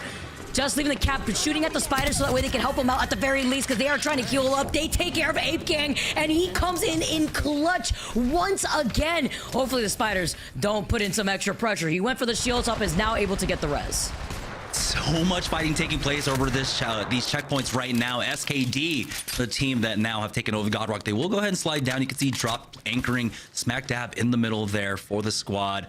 Do have knocked as well. Just looking over this loot now, man, what a series of events. This is one of the faster games that we've had so far. A lot of our games have gone down to zone 2, zone 3 with about 20 teams alive, but this is the first time so far today for North America. We're already at 18 squads with round 1 still closing. Probably the fastest we've probably seen. Taking some shots from distance with the Hemlock. He's got my favorite scope on that weapon 3 times now before sliding down. Able to pop some of these shield cells. Something that we saw from NRG is that they went for a quick rotate, so they were denied a lot of meds and loot in general, so they didn't have any bats to fully quickly heal up. Well, NGNL, though, with their slow rotate, are going to be able to try to press right behind this team. Maybe see if they have a third-party opportunity while going uphill. Yeah, typically with that position that NRG tried to take, I mean, you do have to be wary of the ants, essentially, and rotates coming through that ant, but so early on, you should be able to sneak a few rounds of ants there and, you know, supplement your econ that way. They just never had the time to do so, unfortunately. NGNL are trying to play off of tempo here. Wave pushing forward, smoke down now as they try to get on top of this team. There it is. That's going to be Presley to fall. NGNL with the quick knock and the finisher. And while they do get the extra loot that they need, we know that the Edgers are already taking uphill. They're already trying to rotate out of this for what's left of them. And Weavers now entered the fray to try to see if they have an opportunity to go through that next choke that we saw NGNL at. That's Complexity. Also with Kimchi losing out on his shield early, needs some suppressed fire from Monsoon himself and the famous Sentinel that he's always having. Yeah, definitely helped, I think, in this meta in terms of weapons. Even though we see Havoc Volts aplenty, I love that we do see out of a lot of our squads now, and particularly Monsoon, the Sentinels, the Wingmans, just a little bit of variance in terms of gunplay. But can another player do it as good as Monsoon when it comes to that Sentinel? Especially with the 6 times. I mean, we've interviewed him in the past, and he says that the 6 times and the 4x8 are 2 of his favorite scopes on the Sentinel. As we look at squads like Not Moist, team that also likes to go on their own side quests with these evil harvesters, looking to approach a team over here by Mill. The scan for scan here is they're going to be able to pop the medkit, and the fights don't stop happening. Jamerson, now NGNL looking to see if they can try to engage on the outskirts of Wall for what looks to be what's left of Edgers. Yeah, it's been the never-ending fight over here on the wall, say south side wall, as it looks like they are getting closer and closer to getting on top of Edgers, but I don't think they were ready for LG to possibly cut them off. Trips taking a lot of damage there, but he will get to safety, and Rails will be able to anchor for him as they go ahead and reset for themselves. So unfortunately, that distraction allows the Edgers to survive for now, back away. There's plenty of time if he was able to pick up banners to try and get the respawns in. Taking a better look at the zone, you can see, yeah, half of our teams have essentially consigned themselves to that northern pole of the zone. We have a few teams, I think, that might have just rotated in to checkpoint. I don't think anyone really expects this pole to go on over. And as I say that instantly, caster curse, checkpoint zone. Wow.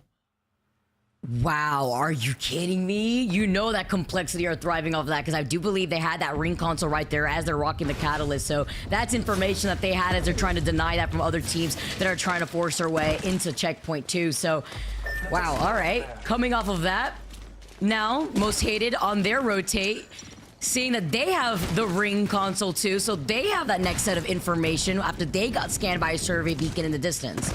And we're wondering if there's a survey beacon available there on the north pad side for some of those teams. Otherwise, they'll just have to respawn as soon as that zone closes, and then we'll have a huge pile of teams on the northern edge at this point. LG, one of those squads here in north pad, they came very early on, of course, and they were eyeing up trying to take that God Rock. Over here on the western side, we've got Elevate.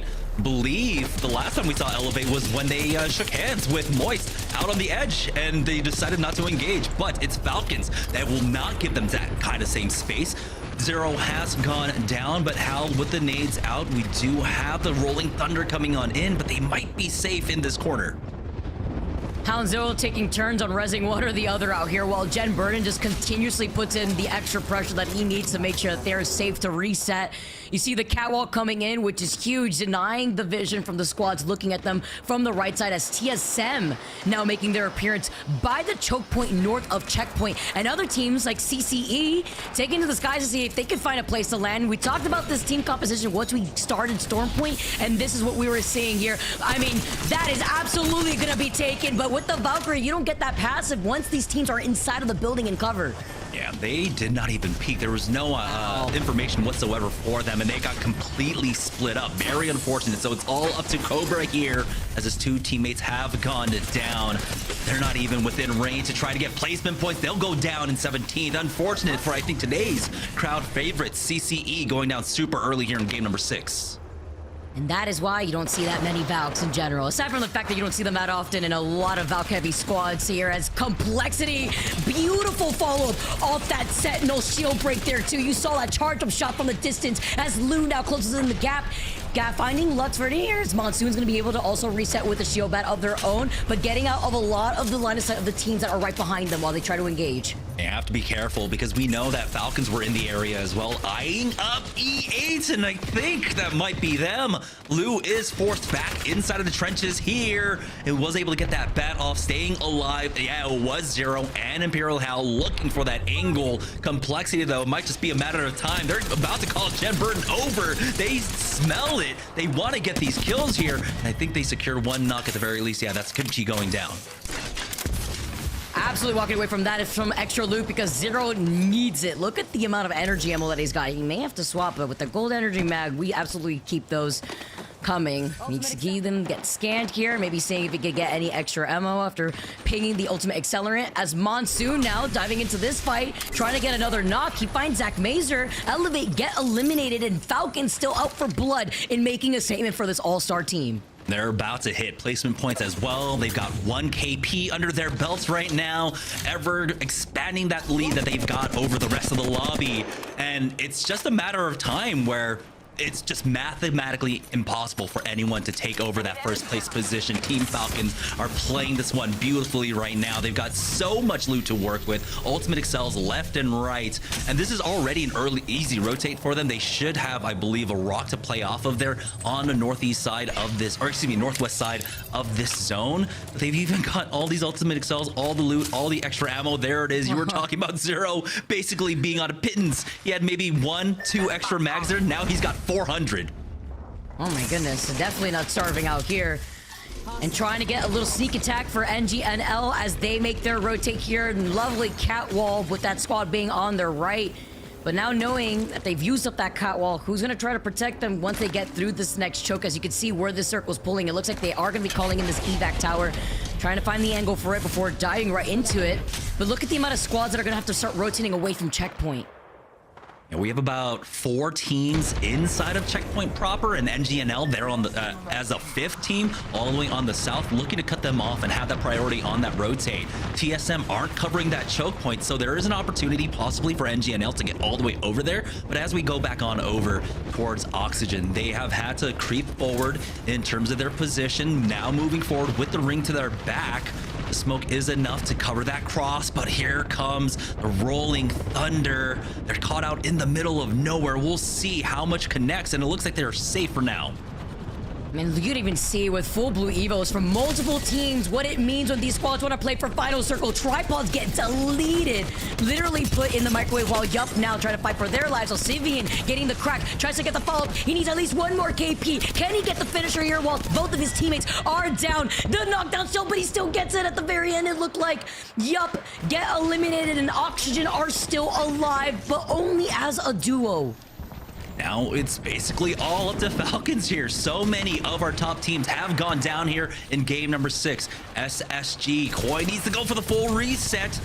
But there it is, Phony holding the angle for him, but they are taking so much damage inside right now. Phony will fall. Koi does get that bat off, but he is still stuck. You can see the utility being utilized to keep him cornered in right now as they try to angle him out. They close up that door. Now as they push out, Koi takes a lot of damage from behind. SSG are knocked out. Oh my goodness, we've just circling around this building. Oxygen now taking control here while LG look with hungry eyes to try to engage here. The scan coming in as Funk tries to get into position. I like this roundabout way that LG tries to take a high ground angle as they find the first knock onto Riley. It's a follow-up onto Oxygen. LG clean up shop, and there's a player outside the circle. I believe it's the solo from Edgers. And I think almost all of our top 5 except for Falcons are out here, so it's just a matter of time. They've already secured 10th place. They have a few KP themselves. We've now getting eliminated. LG looking to finish the day off strong, but oh no! That's gonna be the res being denied and also a knock. And now I believe a third party is coming in. Possibly it was SKD now sliding down, and he'll have to leave his teammates behind. It's now the final 8.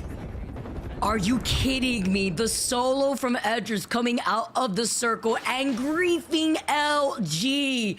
Now running away as a rat with skid marks right behind them, telling LG they may have to change their pants here as they try to get out from their line of sight into some safety. TSM, by the way, still alive in that next circle alongside Team Falcons, while not Moist, one of the few teams that are going to be coming out of checkpoint. This is where to be that bloodbath is, because NGNL are sharing this space with them, as well as Most Hated and Board.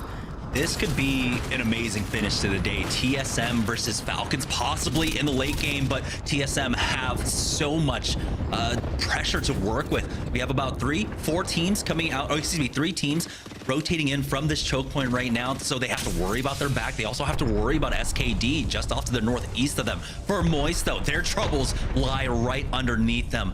They don't want to drop down quite yet. They don't want to get stuck in that landing animation because it leaves you so vulnerable. Huge scan out there, really catching everyone remaining in this fight, but now it's just enough time for them to try and whittle down the forces here underneath them to create a safe landing zone. They're distracted with healing up, then they'll be able to take advantage of that downtime to just rotate away. But with Gil getting that knock on the Havoc and then gets the finishing blow with the Hemlock, that's going to be a dual playing right underneath them. Can't give up the space just yet. They know that Board is still on the other side here too, looking at them. Their troubles aren't over quite yet. That's another 15 seconds. And this is the fast side of the zone. They will have to basically full sprint on out of this one. We'll see, though. They are taking their time up here. They might have an evac tower, and there it is in the hands of Walty, setting it up now double just to create that extra confusion. I mean, they're really not going to need it for the next zone anyhow, so might as well go ahead and use it. And here is the escape plan from Moist. They will avoid the fighting on the ground, but they take a little bit of chip damage. Do they have enough aerial coverage to make it on over? TSM are checking that angle, though, as they come on in. Moist make their way into the trenches, and they don't take too much damage for it. And with 6 squads left here, Falcons are looking to capitalize. Let's jump into a listening with Falcons. We can shoot them, we can shoot them, no. Yeah, but they're gonna move. He's like here. He's on top. He's on top. I'm looking for Foul. They're fighting here. I can't see the down. They transfer the scans in? I don't have it. I have it. Scan, I have it now. On top up. We're rolling towards me. 10. Bang, crack. What did you say, Jim? Okay. They're in open.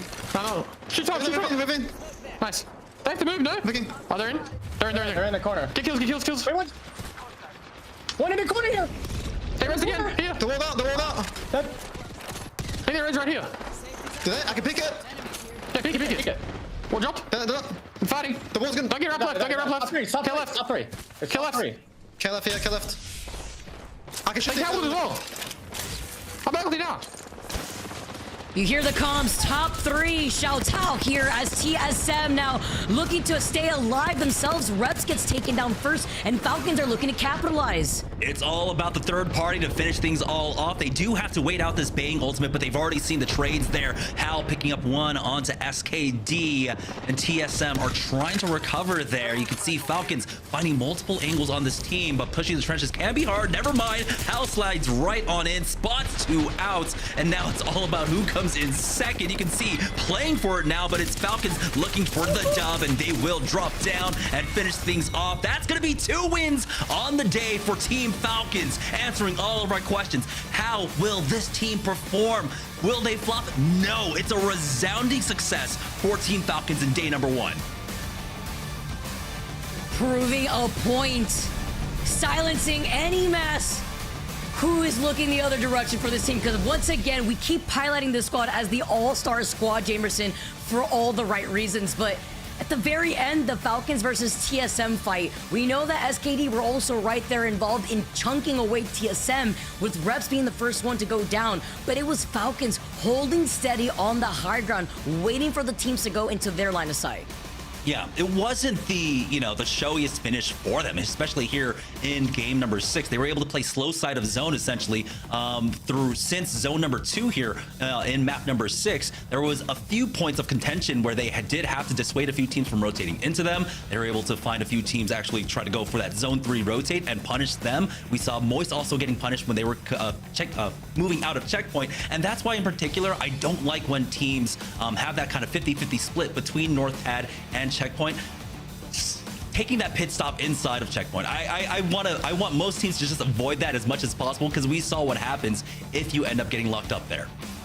It's all about what rotating points you have, depending on the choke points that are provided in that final circle too, right? Because there's only one choke to exit at a checkpoint with a circle like that. Not the back route where you could go through the spiders over to the other side, but when the circle is as small as it was right there, there's only one direction for a lot of these teams that are funneled up in checkpoint, the only way for them to go. So as we take a look at the match results and seeing the outcome from squads like Team Falcons, who waited deeper into that circle, more so by the edge. They knew their backs were cleared. They got involved in a lot of those fights early on, where they were also able to get knocks on Kimchi, so they were able to put pressure onto Complexity. We saw what happened with Elevate in the similar fashion. So many of these squads trying to fight for that same exact corner, but it was Falcons that came out on top with 9 KP to end the day. The nail in the coffin for a team that was first in the overall standings previous to this match. But it's great to see for a lot of these teams that did have to rework their rosters, especially for TSM, right? Losing out on Hal and throwing up that question mark, who's going to be IGLing for us moving forward? It's been huge growing pains over the last 2 weeks for them. Picking up the 3rd Zapto has proven useful, but it's still, who's going to be the big voice? Is it going to be Reps? Is it going to be Evan?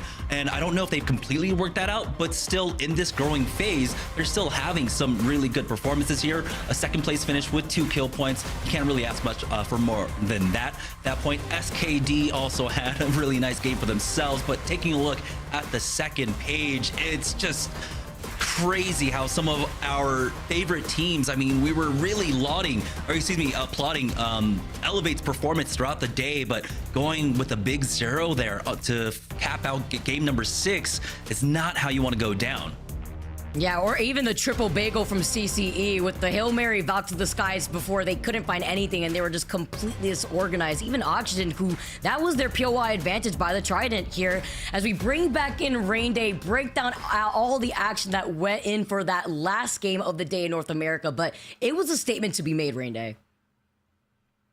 Certainly a statement in general. Falcons, they flew high today. There's no doubt about it. And I'm sure we'll be saying that all split long. But this is a team that had a lot going positively for them. And there also was a lot of pressure. If they had failed, if they had not won, pretty much it could be looked at as a failure for a lot of people. They opened themselves up to that criticism. But at this point in time, the way that they responded to that opportunity and they took the bull by the horn, so to speak, and put the time in, did it in scrims, then did it here in the first match day. Well, that is very promising for them, very scary for the rest of the lobby, especially as we head towards international competition after this split is done. But still a lot more to go. In fact, a lot has just happened. We've got our last 3 games, match 4, 5, and 6 to recap as well before we head into the end and talk to some players, throw some MVPs out there. As game number 6 has concluded, it would be a tremendous finish to game number 4, though. We would see Tripods have their moment yet again. EWC qualified and taking that momentum into the ALGS, but it would be all up to NRG Fun. Recently signed the org back in Apex and trying to see if he could pull out a great 1v1 moment. And certainly it would feel like Onmu would have the advantage. We looked at this moment, Vicky, and we thought, well, what was there that Onmu could have done? Maybe went away from the knockdown shields too early. Also did not heal. We see a shield cell that gets popped here, but no other healing, right? So the pressure is on. Onmu says this is the time to push, but it's just a lack of patience maybe. And it's also execution from Fun. NRG take the win there in game number 4. Walk us through game 5, Vicky.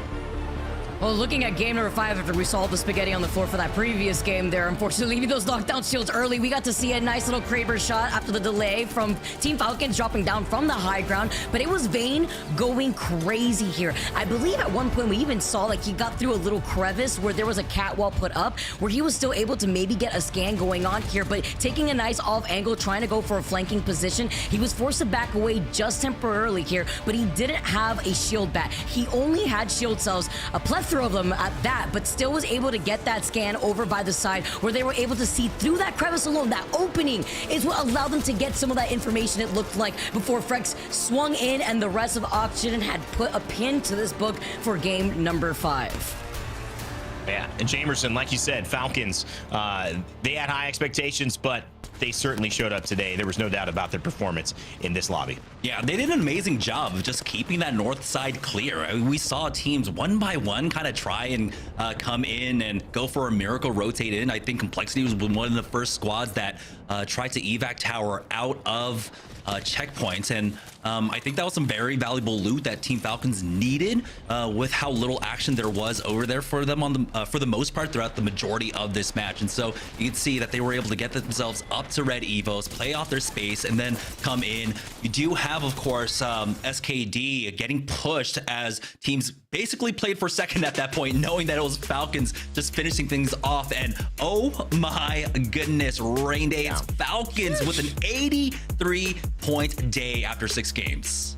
Top in kills, top in placement points. They were top of the leaderboard and top of the day. Falcons, well, they soar high, and the new team is certainly here to play and represent. You gotta say, many people expected it.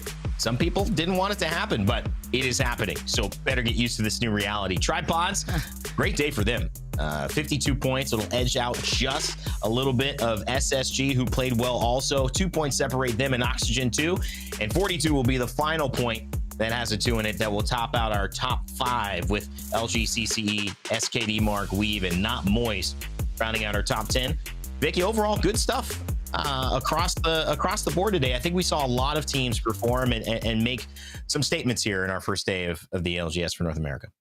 I think you also get to see how much KP Falcons put down in comparison to the rest of this lobby, but it's been true. Absolutely crazy to see here, to not only make a statement for day number 1, but to showcase what other teams have in store for us with these POI changes and these roster changes.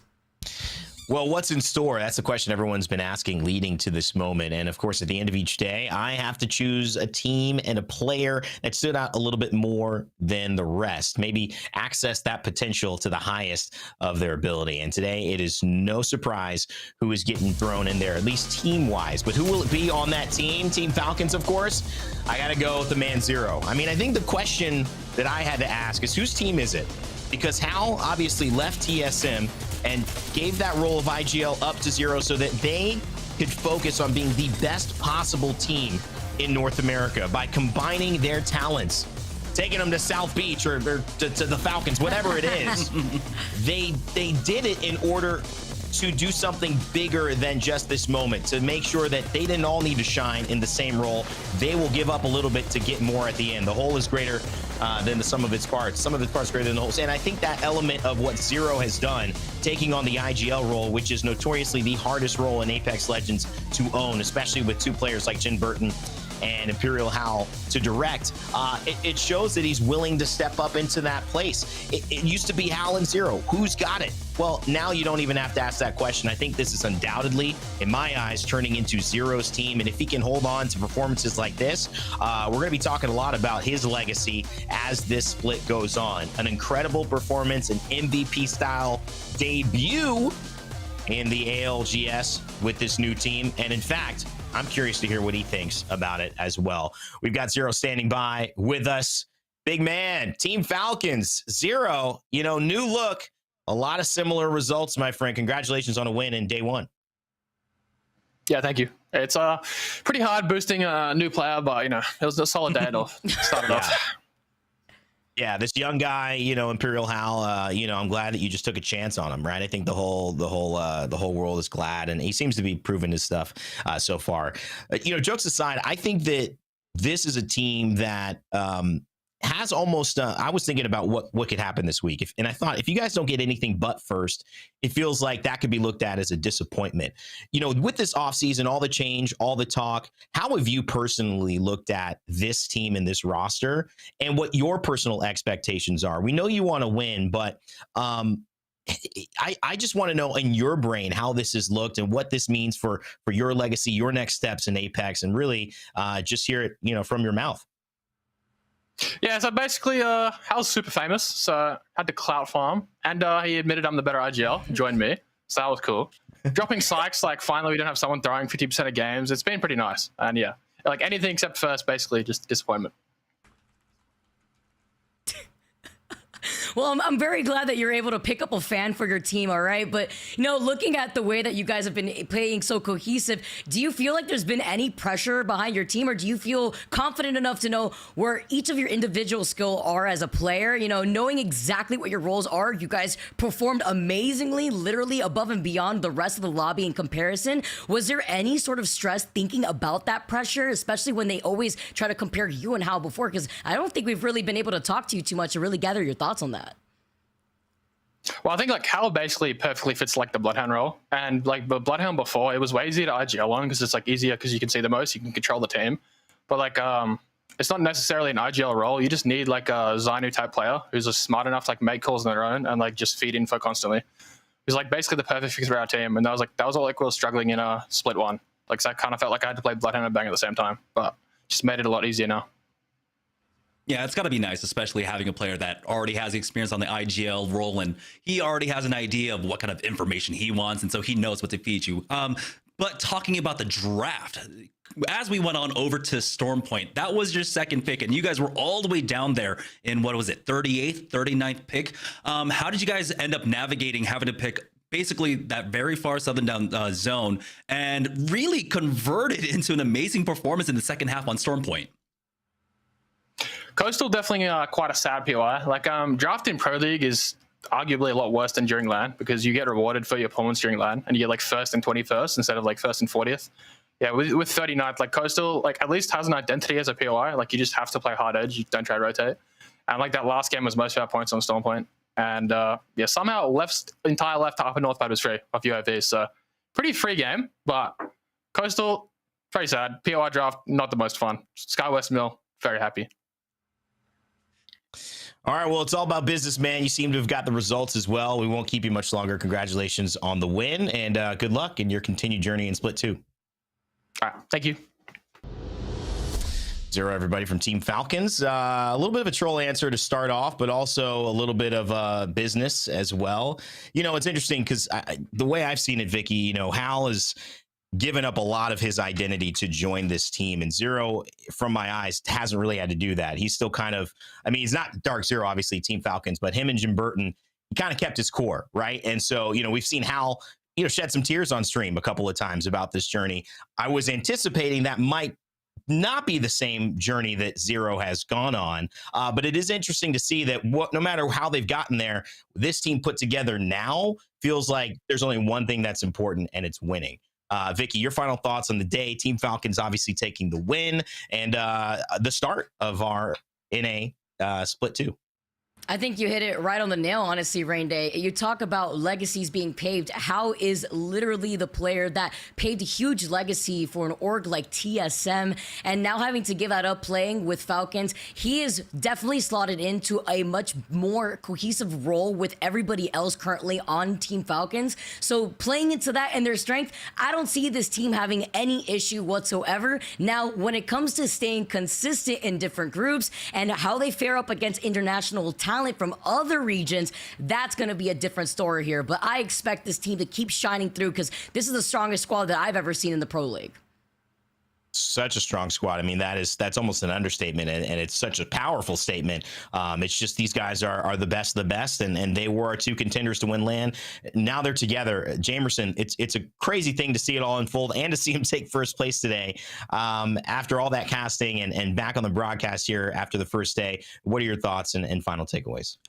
It's great to see the kind of culmination of the last 2 weeks of preparation, especially for Falcons. I, of course, like everyone else, have been keeping an eye on them throughout the scrims, but it's great to see them, not to get too weeby here, but basically converting a 0 into a 1, right? I feel like for this team, it's a very blue lock kind of approach, right? You get all the egoists out there to really build out one of the best teams. And I think they have found the pieces. And it's great to see that they were able to live up to expectations, but also, you know, dash aside a lot of the naysayers of ultimately with this team. So it's been an amazing day. EMEA definitely impressed me. North America has impressed me as well. We still have so many weeks remaining here. And so I want to see this draft system and teams evolve with it, especially because of how the draft ranking, right, overall works. If you started off with a first pick, you start getting more centralized, getting yourself into closer to like a 19th, 20th pick. And so teams are going to have to adjust with that meta as it goes along. So there's a lot of depth here in terms of professional play for Apex Legends, and I am definitely here for the journey. Well, it's awesome to see and hear all of those perspectives, Jamerson. It's been amazing having you on, man. Super excited to have more of that this split. And of course, Vicky Kitty as well. Thank you both so much for all the contributions today. It has been an exciting one. So thank you guys again, and we'll be seeing you later on the split. All right, big stuff happening in EMEA match day number 2. That is coming up tomorrow, ladies and gentlemen, right at 10 a.m. Pacific time. You will be able to see all of your favorite teams in EMEA going at it, including 07. Askey, his debut, started off talking about how he's got the experience to get the job done, and he's also got the truth. He's got the ability for Zane to come in and, you know, McLovin is one of those players like Zane who maybe hasn't had that moment. Well, let's see if they can both pop off tomorrow. EMEA starts off first, though. Aurora will be back at it. Had a bit of a surprisingly slow day today, but I'm sure they will be off to the races mañana to really go ahead and get back into winning ways, as we know they can. And guess what? Alliance. That's right. We haven't forgotten about you. They took a break. They watched the action. Heard there might be some alter stuff coming on. I don't know. Fun stuff for sure. Alliance is certainly a team that we will be paying attention to. Everyone, make sure to follow Play Apex Esports, whether it's on X or on YouTube, and keep in touch with everything we're doing. But again, you can find us here tomorrow at 10 a.m. on twitch.tv/playapex as well, casting all of this action in EMEA and in North America as well. It's another doubleheader. What you got to do in the meantime, maybe go ahead and play a little Apex yourself. Download the game and hop in some ranked or some casual matches and enjoy Season 21 in the meantime. But until then, my friends, have a fantastic evening. Thank you for all watching, all of our production, our staff, and partners. And as always, remember to never give up, never stop gaming, and we will see you all tomorrow. We playing the highs and leaving the lows. Catching the flag, already know. On 3, we win. Whole team, bring it in. We go out and give it the big. We come and take over the scene.